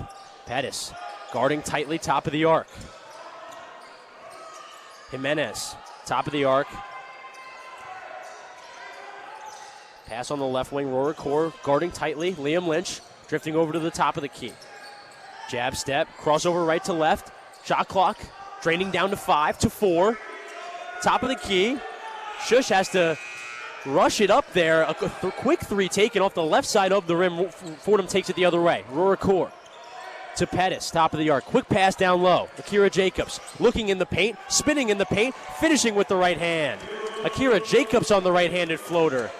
More good signs from the forward play of the Fordham Rams. That front court, a big story for Fordham all season long. These are a great few minutes for Jacobs to get into a rhythm. He kind of struggled on Tuesday, but he's 5 for 5 now with 10 points. He's starting to seem more confident on the interior against these smaller defenders. Lynch dribble handoff to Eller. Eller picked up by Rohr. Rohr guarding him on the left wing. Drifts out to the top of the arc. Another shot clock time. 6, 5. Pass inside. It's stolen away. Marcus Green. Pass up ahead to Jacobs. Jacobs passing to Roracore. Roracore almost alley-ooped it and that ball goes out of bounds on the baseline. It'll go the other way to Mount St. Mary's. Marcus Green threw up a regular pass. I think Roricore miscommunicated it, thought it was an alley-oop, and almost dunked one of the most improbable dunks I would have ever seen in my life. Anything's an alley-oop if you're Roricore. He can catch it at his shoelaces, he can catch it at the top of the backboard. It doesn't matter. It's an alley-oop attempt for him if he's near the rim. The true freshman continues to impress. Mount St. Mary's working offensively. Jimenez out of the right wing over Roricore. No good off front rim. Akira Jacobs gathers it on the offensive glass. Marcus Green has it. Jace Howard wanted the outlet pass, didn't get it. Instead, pass to Pettis. Pettis misses from the top of the arc on the three, and that's going to be a foul on the offensive glass on Jace Howard. It's going to stay with the Knights, going the other way. Yeah, push from Howard. Fordham just getting a little over aggressive in the offensive board. I promise you don't need to be. 42-10 is the rebounding discrepancy. You're plenty tall enough. You do not need to shove. These are the little discipline areas that Fordham needs to get into tune as they get ready to play some better competition. Fordham being flattered on almost every team stat this evening except personal fouls. 16 personal fouls for Fordham to Mount St. Mary's 7. Quick three, top of the arc, no good off the front of the rim for Monaco. Jace Howard trying to guard that quickly, end up leading to an open shot. Jace Howard now has it offensively, pump fake in the right corner, drives baseline, no good on his layup. Bodaja's there on the second chance. Abbas Bodaja, another second chance point for him. Rika Schulte and him been great on the offensive glass tonight. They certainly have. The discrepancy is otherworldly, Chris. Eller no good from the left corner. That was off the left side of the rim. Jace Howard secures the defensive rebound far from the basket. Marcus Green now has it for the Fordham offense. Fakes left, goes right on the right wing. Bounce pass inside to Rohr. He finishes at the rim. Fantastic feed there for Marcus Green, and Rohr finished it up. Gorgeous looks so high IQ on the floor for a true freshman. He knows when to cut from the wing. He knows when to sit in the corner. He knows where to be and when to be there, and he's capitalizing. He's up to 12 points. Make it 14. The Knights working offensively. Fordham with a monster point total. 92-28, 8:30 to go in this second half. Hersner trying to pass it. Guarded heavily by Rohr once again. Eller driving from the right wing, making a move, and laying with the right hand. A little finger roll with the right from Eller. Bench gets excited for that one. Fordham now has it the other way. Mount St. Mary's trying to take all the chances they can to get excited. 92-30. 8 minutes to go in the second half. Rohr pump fakes out of the left corner. Pass to Bodaja, top of the arc. He Euro steps. He takes the layup up and under with the right hand. Abbas Bodaja showing some finesse. It's not just the little guys, Joe, who can do that. Big men can get some finesse in their game as well. I've been so impressed by his play when he starts at the perimeter. He's so confident going downhill for a guy of his size, for a guy as heavy-footed as he is. Hersner driving through the free throw line into the paint. A foul picked up by Jace Howard on that one, and it looks like Coach Magpaio is going to take another timeout. Coach Magpaio going to take a break. Joe, it's been a good stretch, not only in this first half, but in the second half stuff we've seen this Fordham team not taking their foot off the gas pedal whatsoever. Abbas Bodaja seems to be the brightest sign for this Fordham team, a guy maybe not thought of as in the rotation or as making a major impact for this Fordham team, but if he can play the way he's played this evening, a major asset for Coach Magpaio's unit. The big question mark for Bodaja is how is he going to hold up against these really strong teams. NJIT, they beat us, but they don't have a great front court. They don't really have a ton of height. Mount St. Mary's is that to the nth degree. When you play against these A-10 teams that have big-bodied centers, I mean, Bodaja's 6'11", he's got a 7'3" wingspan, I believe, or he's 6'10" with a 7'3" wingspan. He's huge, but he's not the widest guy. He's not the girthiest guy. He's not going to be the heaviest guy on the floor. He's not going to be a guy who can shove people around in the paint and get whatever he wants against these other big bigs. But the one sign that really impresses me from today about the redshirt freshman, seeing just his second game of collegiate action in his first start, his calmness. He's not thinking too fast. You see that so much from these guys who are raw prospects where they're trying to do too much too soon. He's making the easy play. He's imposing his will on the boards. He's reaching up over defenders to grab them. But then if he gets double teamed off of the offensive rebound, he just looks to pass. He finds the guy wide open on the other side of the block, or he kicks out to a wide open three. He's not trying to do too much. He's not letting the game speed up on him, and that's a fantastic thing. I want to see him parlay that momentum into this team's next matchup against Wagner on Tuesday. Abbas Bodaja, 6'10" Australian, didn't play last season at UC Riverside, followed Coach Magpaio in the offseason. It's here to Fordham. Obviously, is a real vow of confidence in his coach following him across the country. And after not seeing action last year, to your point, Joe, looks so comfortable out there, even when his amount of play or when he has been playing has been a bit choppy. And speaking of comfortable, how about his Australian counterpart, Roricore? These two played together in Australia's Center of Excellence. That's a place that Magpio goes to so often in this recruiting process. So both of these guys born in Australia. One of them in Bowditch comes to California. They both end up making the thousands miles trip over to the Bronx in New York. Now they're playing together. Roricore has just looked just as comfortable as Bowditch has. Maybe he hasn't been as slow and as calm in his decision making. He's been quick, but decisions have been good, and they've ended up in positive plays for Fordham. He's got 14 points and 6 of 12 shooting. He's got 2 made threes. He's got 4 boards. He's got a steal. He just looks fantastic out there. He looks so composed. Rika Schulte and Abbas Bowditch going to make up most of what they do at the 5 right now for this Fordham Ram team. Another Australian and a descender from UC Riverside, Jack Whitbourne, is hurt for this Fordham team. The 7-footer has to have a major role for this Fordham team when he comes back off of injury. No right doubt. corner 3, no good for Mount St. Mary's coming out of the timeout.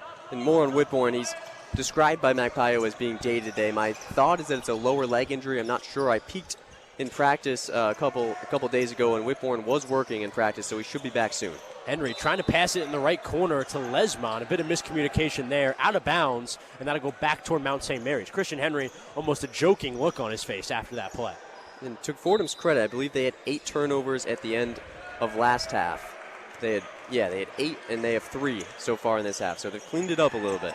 And if you hear claps directly across from us, it's the Fordham bench getting excited. Kingston Price is going to sub into the game. His teammates excited for him around him. Mount St. Mary's trying to continue to keep the ball alive offensively. Left wing 3, no good for Marziotti. An offensive glass opportunity for Mount St. Mary's goes away out of bounds, and Fordham will get the ball back. And in comes Kingston Price. Kingston Price has the entire Fordham bench on their feet to cheer him on. A McDonald's All-American nominee who did not play last year. He stays the course under a coaching change, and now all of it pays off. He gets to check in to his first collegiate game. Checked in for other contributor from last year, Ryan Pettis, as well. Price in the left wing. Pass back up top to Henry. Ball spun around to Lesmond, right wing. Back to Price. Wide open left wing. He'll take it. No good. Off the right side of the rim. Nutter on the offensive glass. Second chance for Fordham. Back to Price. Left corner 3. No good off back iron. Do it again. Fordham Do it got again. It back. Bowditch back to Price. Nutter now has it top of the yard. Finds Finds Price cutting. Cut it. Price scoring at the rim. Kingston Price receiving contact. It didn't matter. He scores on the right side of the rim. Nifty work in the air for Kingston Price. If at first you don't succeed, Chris, Try again. It was like two different grades, school grades out there. Just keep getting the offensive rebound, keep giving him a chance. That left corner 3, no good for Caleb Eller, and Fordham now running the other way. In transition, Nutter ahead of the pack, and he dunks it with 2 hands. A 2-foot leap, and he's right at the rim. 2-handed slam. Fordham out to a 98-30 lead. 98-30 lead, 5:47 to go in the second half. Back out, top of the key, pump fake Monaco. Monaco guarded by Price. Eller tries to gather it on the left wing, eventually does. Right to left crossover, gets across Nutter. Floater no good. Jumped with his left foot, couldn't get the shot to go. Henry leaking out in transition, cuts inside, puts his body into his defender, and scores. Christian Henry using the body and using the finesse to score there. 100 points for the Rams. It feels like we need a rec league rule in which you can't cross the half-court line before your team has possession, because that's what Fordham keeps doing, and they keep scoring off of it. It's just way too easy. Starting to feel a bit cruel. Fordham in the triple digits, 100-30. 5 minutes to go exactly in this second half. That another air ball for Mount St. Mary's on offense. That one will go out of bounds on the baseline. Fordham will get it right back. I tell you, it's one way to shut people up, even for a moment, after what happened on Tuesday. Of course, you're playing against a D3 school, so I don't think everyone looks at this and say, all right, national tournament trip is back on. Still have a lot more to prove, but this is what you needed to do, and they've done it. As I said, still 100-30. Fordham Rams winning and winning big. 4:55 to go in the fourth quarter. Jace Howard trying to pass that one top of the key, stolen away. Jimenez leading the pack, blocked by Lesmond. Fordham blocked it, but Lesmond got him on the body. It'll be a foul in transition, and Mount St. Mary's will go to the line.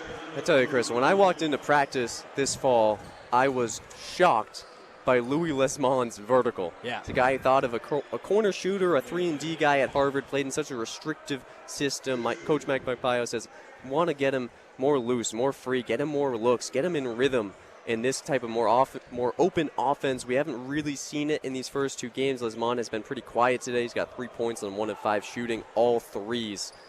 But this guy can get up, and we saw that on what became a foul but was a block from Lesmont. I mean, he pinned that against the backboard. Jimenez 2 for 2 at the line so far. Makes that one, now 3 for 3. 3 points this evening, 1 assist.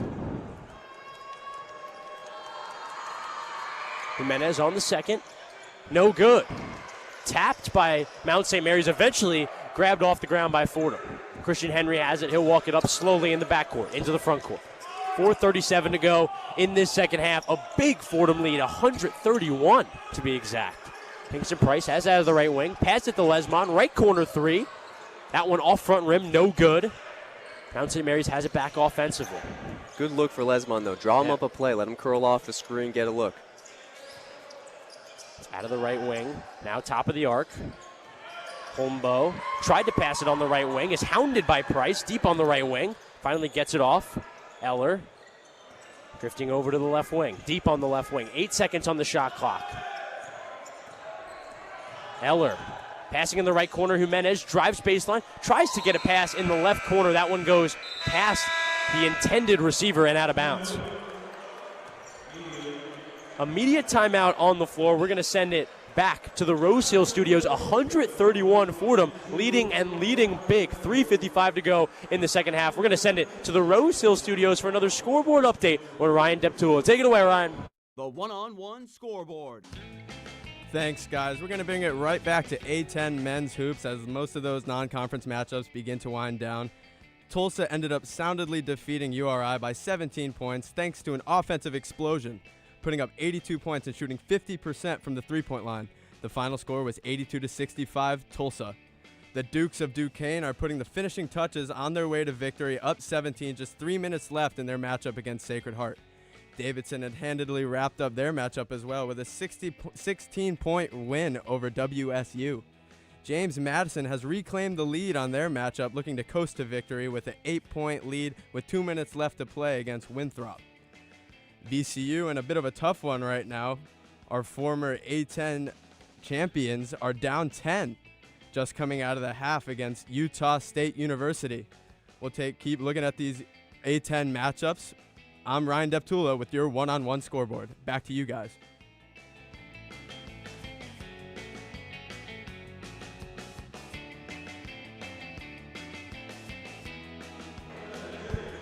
Thank you to Ryan.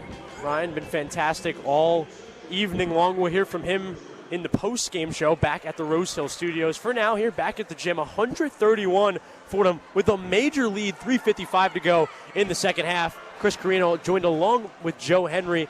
Joe, we heard big cheers, big roars actually during the timeout. What was that about? Well, it's as loud as this gym has gotten all night. And no, you didn't miss any action. We were still in the timeout. Ryan Deptula was still getting his fourth and final fantastic update for us. But the walk-ons took off their warm-ups finally. And instead of wearing maroon, they're wearing white. And they're wearing that script maroon across the chest. And for the first time this season, Jamison O'Toole, Max Miller, and for the first time in his collegiate career, Aiden Crotty are checking into the game. You hear the ovation now. Jamison O'Toole has almost made himself WFUV adjacent over the years. The cousin of fan favorite legend, if I may say, Chaz McAdams. And has been a big friend of FUV over the years. It'll be Jamison O'Toole. He'll inbound it to Kingston Price. Price has it top of the key. Pass on the right wing to Miller. Max Miller pass to Howard. Howard has it right elbow. Dribble handoff. Crotty. Crotty right, left to right crossover. Back in the right corner, Max Miller. Miller driving baseline. Pass to the opposite corner. Can't get it to Crotty. Mount St. Mary's has it going the other way. Jimenez driving through the right wing. Guarded by the much bigger Howard. Kicks it out. Eller. Back top of the key, Monaco will reset it. Inside, Ska doesn't get it to go on. Good defense from Jamison O'Toole. Jace Howard gets the rebound and he's moving the other way. Euro step, middle of the lane, tried to finish with his left, he couldn't. That play received from some laughs from the bench. Jimenez has it in the right corner, takes the three, no good. Couldn't get it to go over Jamison O'Toole. Kingston Price on the rebound, he plays it up ahead. Karate in the left corner, Jamison O'Toole, no good, off front rim. It'll be a foul off the ball. It's going to go the other way in favor of Mount St. Mary's. Jace Howard got called for a push-off on the rebound. He's looking, oh, what do you want me to do? He looks like a man amongst boys. Really now does. the walk-ons are in. Max Miller's 6 foot flat. Aiden Crotty's 5'11". Jamison O'Toole is 6'3". Kingston Price is 6'2". Everyone on Mount St. Mary's right now is 6'6" or smaller. But Jace Howard, 6'7", and stature-wise, strength-wise, just in another weight class, as Kudlabowski said before this game. We're looking at one guy and then 9 much smaller guys. Monaco missing on the free throw. 131, Fordham with a 69-point lead, 2:46 to go in this fourth quarter. Miller, his three, no good. Offensive rebound. Aiden Crotty tried to put it up for a second chance. It was blocked away. Aiden Crotty, fantastic work under the basket from the walk-on. Ginger Power, Joe. He's representing my people, Chris. He just leapt You in claim over. Ginger, Joe? Everyone claims it for me, Chris. This is a discussion for another First time I've heard of this. Jace Howard fouled on the floor off the inbound. There'll be another foul on the floor and another inbound for the Fordham Rams. Never thought of you as a ginger. I'm so happy you said that. I'll have to play this for my roommates. Everyone tells me I'm ginger. I say, not really. Anyways. It would be fine if you were. Other ginger, Crotty, driving through the left part of the lane, and he finishes at the rim. Crotty with a hop step through the lane, and he finished. Fordham Rams bench is going crazy, waving towels and all. Aiden Crotty getting the Fordham Rams on their feet. Monaco pass to Jimenez, who is driving on the baseline. He'll go out of bounds. He'll stay with the Knights off of Fordham, be inbounded under the basket. It's not just your first bucket. It's the energy, the hustle from Crotty. An O-board, a cut inside, and a tough finish through contact. Marziotti passing the left corner, Jimenez. Jimenez guarded by the much bigger Jace Howard. That's going to be a foul off the ball. Another push for the Fordham Rams. As you said, Joe, we've talked about the foul trouble all game long. I'm starting to see how you're saying it might be difficult for Fordham not to foul, just due to their size. I mean, it's tough with Howard. I mean, it looks like you're looking at Muggsy Bogues in the Newt Bowl. Right. Jorge Jimenez is 5'9", Jace Howard is 5'9" 6'7". might be generous as well. It says 5'9". At Cayuga Community College, they're a little bit more honest. It says he's 5'8". That one offside rim. Fought for on the offensive glass by teammates. Eventually, Jamison O'Toole gets it, and it's coughed up. Mount St. Mary's got it under the basket. It was Hombo. He put up a shot, tried to get a putback to go, didn't get it to go, but he'll go to the line for two. His team down 70, 102-31, 2 minutes left to go in the second half. And just to stay up to date with the history watch, this would be Fordham's biggest win of all time, barring just a fantastic end-of-the-game run from Mount St. Mary's. Hombo good on the first free throw there. That run's already starting. The previous biggest margin, as we said, was against the alma mater of Kod against Richmond, or against Rochester, rather, a 56-point win over half a century ago. Second one goes as well, 102-33. Fordham with as big of a lead as they've ever had. 1 minute and 53 seconds left in the second half. Kingston Price off backboard on that three. Crotty there on the second chance, diving on the floor. He's going to be out of bounds. And that one's going to be Mount St. Mary's ball, but not before hyping up his bench. His bench red in the face, on their feet, excited with the hustle from their walk-on. He's laying his life on the line here. You think it's last 2 minutes of the tournament championship. Using his time and using his time correctly. And he gets a forced turnover. Jimenez had it in the corner, in the right corner, and Crotty forced him out of bounds. This kid is everywhere, Chris. He's everywhere. Mr. I'm Everywhere, Aiden Crotty. Pass in the right corner now. A jab step from Jace Howard, now drives inside, puts up a shot. It'll be a blocking foul on the ground. No good on the shot, but he'll go to the line for two. 1:26 to go in this second half. 102-33 Rams. And assuming he makes both of these, Chris, I mean, you're used to, as a broadcaster, saying their largest lead of the game. You got to make, you're on a run, it's their largest lead of the game. No, if he makes this shot, or if he makes both of these shots, rather, it's their largest lead of all time. That one is good, 103-33. So if he makes this one, this is the record. The record in a finished game is 56. Okay. Howard good on the second as well. matches the record that they've set today so far.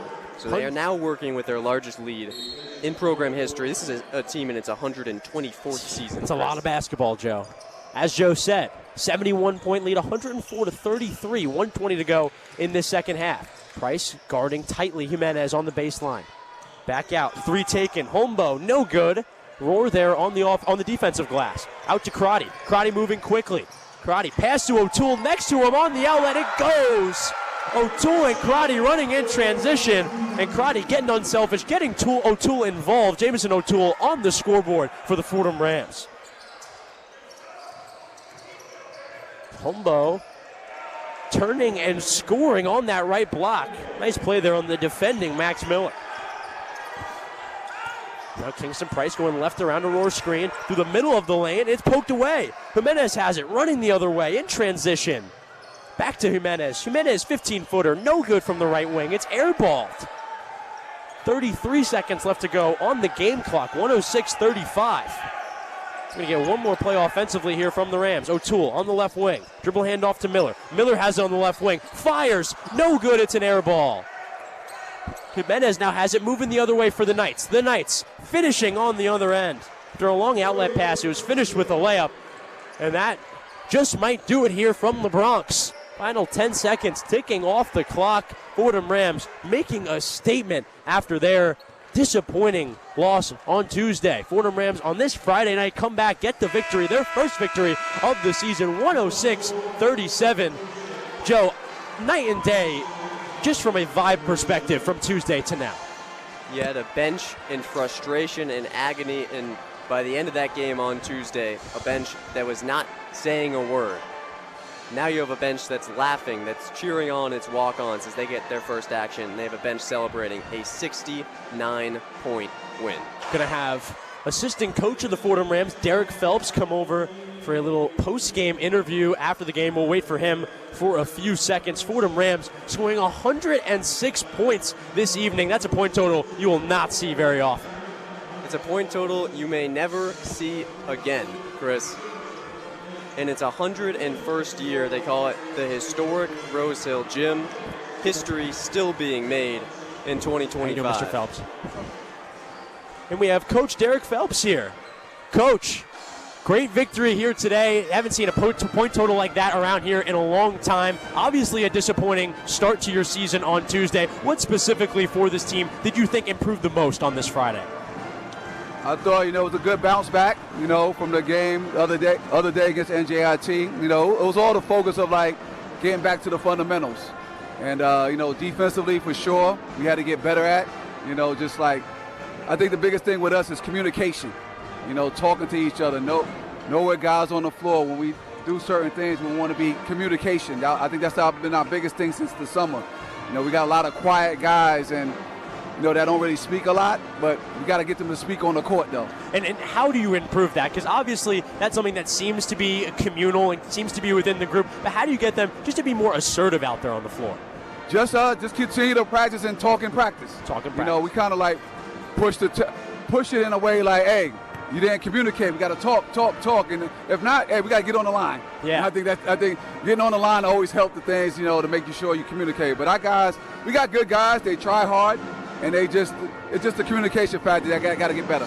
Talk about these last 3 days. Coach Magpayo said after that loss in the Temple scrimmage that he saw such great practices in those next 4 or 5 days, and that an important component of a team is how you respond to a loss. This team clearly responded well. What were your thoughts in these past 3 days of practices and the results today? I thought the practices were very intense, and it's on the coaches too. We made it intense for our guys to go out there and compete against each other. You coming from a loss that we felt like we could have had a chance to win, on our home floor, and it's just got to come with an edge. When you lose a game, you got to come back the next day or two with an edge and prove yourself that wasn't a team that we worked all week or all summer, and that we should be able to do better. And I think after losses, we come out there and we just prove ourselves that we can do the things we practice. We just got to show it on the court. And, Coach, last question for you. We saw the only true freshman on your roster, Roar Core. He was fantastic on both ends today. Not only him, but Abbas Bodija, another player that was a real pleasant surprise for the Fordham Rams today. Can you just speak on those two players' performance this afternoon? yes, Raw, he didn't get a chance to play in the first game. And, it's hard to play 15, 13 guys, so, he was the guy that, lost out on the first game. So we made sure that he had a chance tonight to, prove himself that, he can play at this level and have a shot of do well out there. And just a lot of confidence. Yeah. And Abbas, he great talent. He just got to push himself to be better in practices as well and show it in the game. The stuff he does in practice, he doesn't really show in the game. So if we could get that to translate, I think it will help out, and not for himself, for the team. Thank you, Coach. Congratulations on the victory. Appreciate it. Thank you, guys. Assistant Coach Derek Phelps, national champion at North Carolina, now taking his talents to Fordham, helping us out this afternoon. Thank you to him for giving us his time this evening. What a victory. As Coach Phelps said, so many good things to talk about for this Fordham Ram team. 106-37. They seem to dominate. Obviously, that was expected, but in the way they did it, so impressive. Yep. Pretty much every way. You start in the paint. That was the big one for this team. It's a team that shot 60% of its field goal attempts in its scrimmage against Temple to open the season in exhibition play were three-pointers. So 60% of your shots were threes. Today, you stayed to your bread and butter. You went in the paint more often than not. You shot 27 threes, but out of 79 tries from the field, that's a great percentage considering that you have such a massive size advantage as a team, and it shows in the stat box. 74 points in the paint for Fordham versus 10 for Mount St. Mary's. 28 second chance points to 2. 31 fast break points to 3. And how about the bench getting in the action in the second half? We get to see the walk-on. 69 bench points for Fordham to 27 for Mount St. Mary's. A true team effort for the Fordham Rams here at home at the Rose Hill Gym, the historic Rose Hill Gym. Fordham Rams get the victory 106-37 over Mount St. Mary's. The Skyline Conference's Mount St. Mary's. Fordham Rams back in action at home on Tuesday night. That one is against Wagner College, and that one's at 7 p.m. For our crew here on site in the gym, of course, my partner, Joe Henry, Izzy Randazzo on on-site production throughout this evening. We're going to send it back to the Rose Hill Studios for a one-on-one post-game report with Henry Wolf and Ryan Deptula. Once again, 106-37, Fordham wins over Mount St. Mary's here at the Rose Hill Gym to get their first victory of the season. Thank you all for listening, and have a fantastic night. This has been a production of WFUV Sports. The one-on-one post-game report.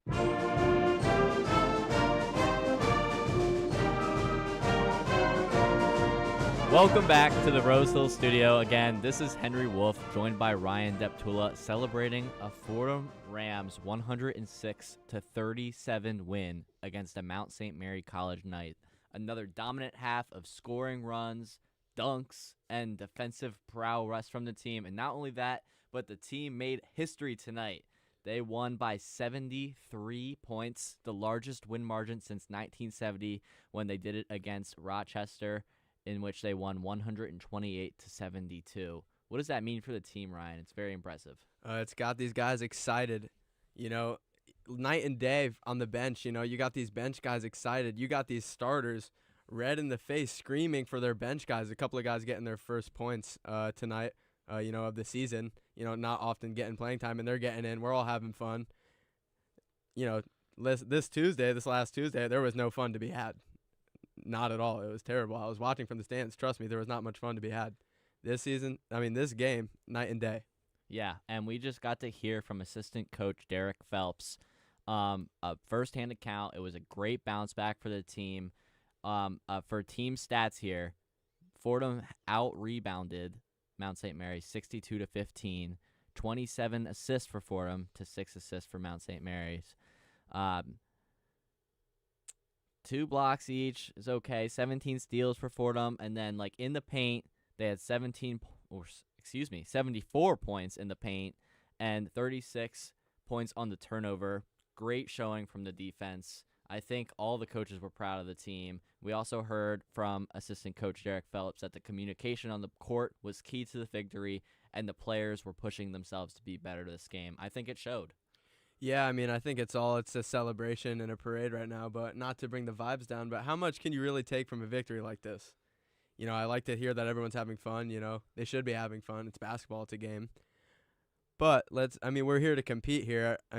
Hopefully we just come into the next matchup not, a little full of ourselves. We won by 73 points, was it? And I mean, typically you're not even putting up 73 points in a game. So this is an outlier performance. I'm glad they had fun. I'm glad they, have a positive experience associated with Fordham basketball going into the rest of the season.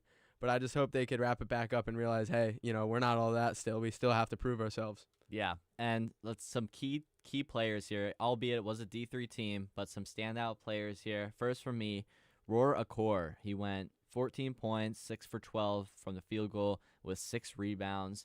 And according to our play-by-play, Chris Carrino, per Magpio, he is on the #1 NBA watch list from the team. He had an outstanding performance today. It was his debut with the team. I think he really stood out. Yeah, I think he really stood out too. I mean, you can't wish for nothing more. I mean, we got our top 2 scorers, Zarik Nutter, who is to be expected. He is, one of our best talents we have on this team. But then you have Roar Akor coming in and showing himself. And there's really not much more you can ask. If we could keep getting him involved as a focal point in this offense, potentially as a building block for the franchise, that's amazing for our team. Yeah, and another standout, Abbas Bodeja, double-double today. He had 10 points, 5 for 7, and 12 rebounds. A fantastic defensive performance for him, too. I think he'll be a keystone player for the team as well. Yeah, I mean, a great performance in his first start, of the season. I mean, maybe, it seems like he's earned it. I mean, you can't take it away from him. If he earned it tonight and he played like how he did, putting up double-double stats, 12 rebounds, 4 assists, he's passing the ball. I mean, it seems like he's gonna earn that role and take it and run with it, is what we hope. Yeah, and with their 73-point win today, we got to see some of the bench guys come off the bench and play. I'd like to see how the Rams starters carry this momentum into their next game, but it was nice to see the bench players getting some minutes, getting some touches. We saw Jamison O'Toole, Aiden Crotty, Kingston Price get some points, and Jace Howard was 7, and he was one of the best bench guys out there to play. It was really healthy to see. Yeah, we saw Jace Howard a little bit last game. He was getting some burn, but, he is a bench guy. He's coming off the bench, so he had a pretty good performance. You love to see guys like Jamison O'Toole and fan favorite Aiden Crotty, a campus classic, Aiden Crotty getting his. Some might even say a celebrity. One would make that argument. I would make that argument. And see him get his points. You could hear it from the bench. You could hear it from the bench into the microphone of our Fordham WFUV commentators from across the court. That's how excited people are for Aiden Crotty. The vibes are up on the Fordham Rams after this. Yeah. They were very excited for all the bench guys coming out and getting points. Kingston Price had by far the most enthusiasm from the bench. It's great to see. There were some negatives to the game, though, one of them being the three-point percentage. The Rams only shot 22.2% from the three-point line, and they had 16 turnovers with 21 fouls today. This is something that Magpie, I think, needs to clean up going into next game when they'll have some more stiffer competition. But other than that, it was a great showing. Anything to say about the fouls, Ryan? Yeah, I mean, the fouls, I'd like to just chalk up to it being an unusual matchup, guys playing out of hand, doing whatever. The three-point percentage, not much of an excuse you could have for that. I imagine those were open looks. I mean, we're playing against the subpar defense. I imagine we're moving the ball. We're getting open looks. 22%, that's not sustainable. I would imagine Mike Magpio, seeing that number, being the analytics-based coach that he is concerned with that number. And, you could see it pick up. We got some good shooters on this team, but, that number is concerning. Yeah, but other than the negatives, we talked about all the positives. Great team. I think the team is starting to mesh a little bit, which is great to see the enthusiasm. That'll be a wrap for our broadcast tonight. Thank you so much for tuning in on 90.7 FM and on the YouTube stream. A big thank you to our sports director, Bobby Ciffardini, our play-by-play and color, Chris Carrino and Joe Henry, respectively. Travis Hayden on the highlights, Ryan Deptula with me on the updates, and Derek Bollier on production tonight. A reminder that the Fordham Rams return to the Hill to take on Wagner College on November 11th at 7 p.m., and we will see you tomorrow morning for the one-on-one show on 90.7 FM. Until next time, this has been a production of WFUV Sports. I'm Henry Wolf. Have a great rest of your evening.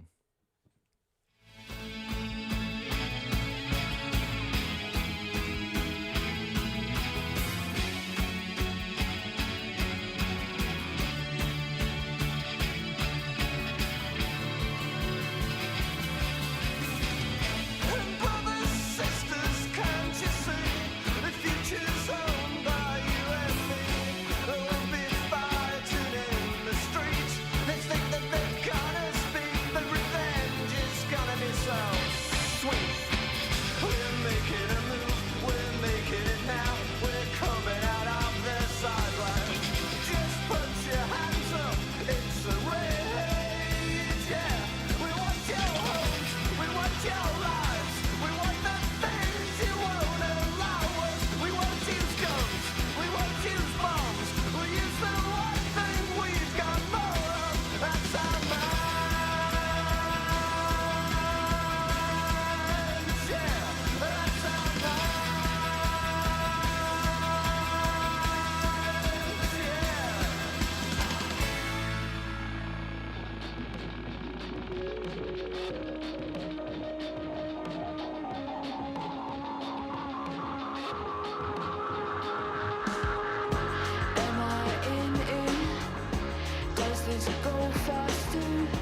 Is this even on? Is this what matters? Did this fit here? Did I want it at all? How long should I wait until I feel full?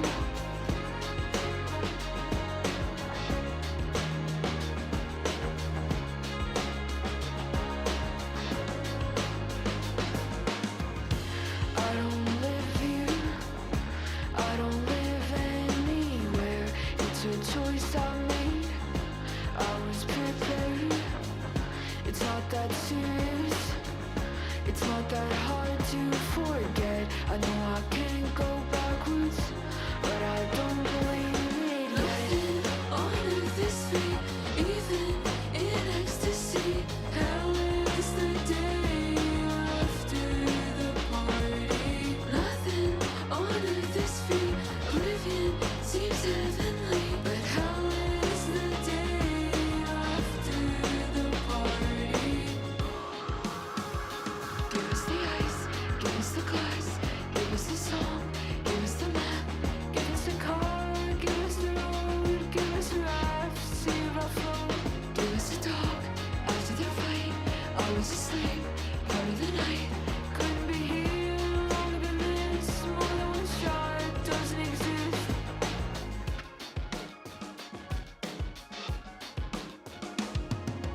Nothing on earth is free, even in ecstasy.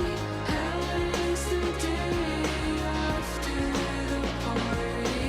Nothing on earth is free, oblivion seems heavenly, but hell is the day after the party. Nothing on earth is free, even in ecstasy. Hell is the day after the party. Nothing on earth is free, oblivion seems heavenly, but hell is the day after the party. Nothing on earth is free, even in ecstasy. Hell is the day after the party. Nothing on earth is free, oblivion seems heavenly, but hell is the day after the party. Return of La La La La here on the alternate side on FUV, project of Lily West, and a new song called Does This Go Faster here on the alternate side on FUV. I continue to not get any faster. I don't know.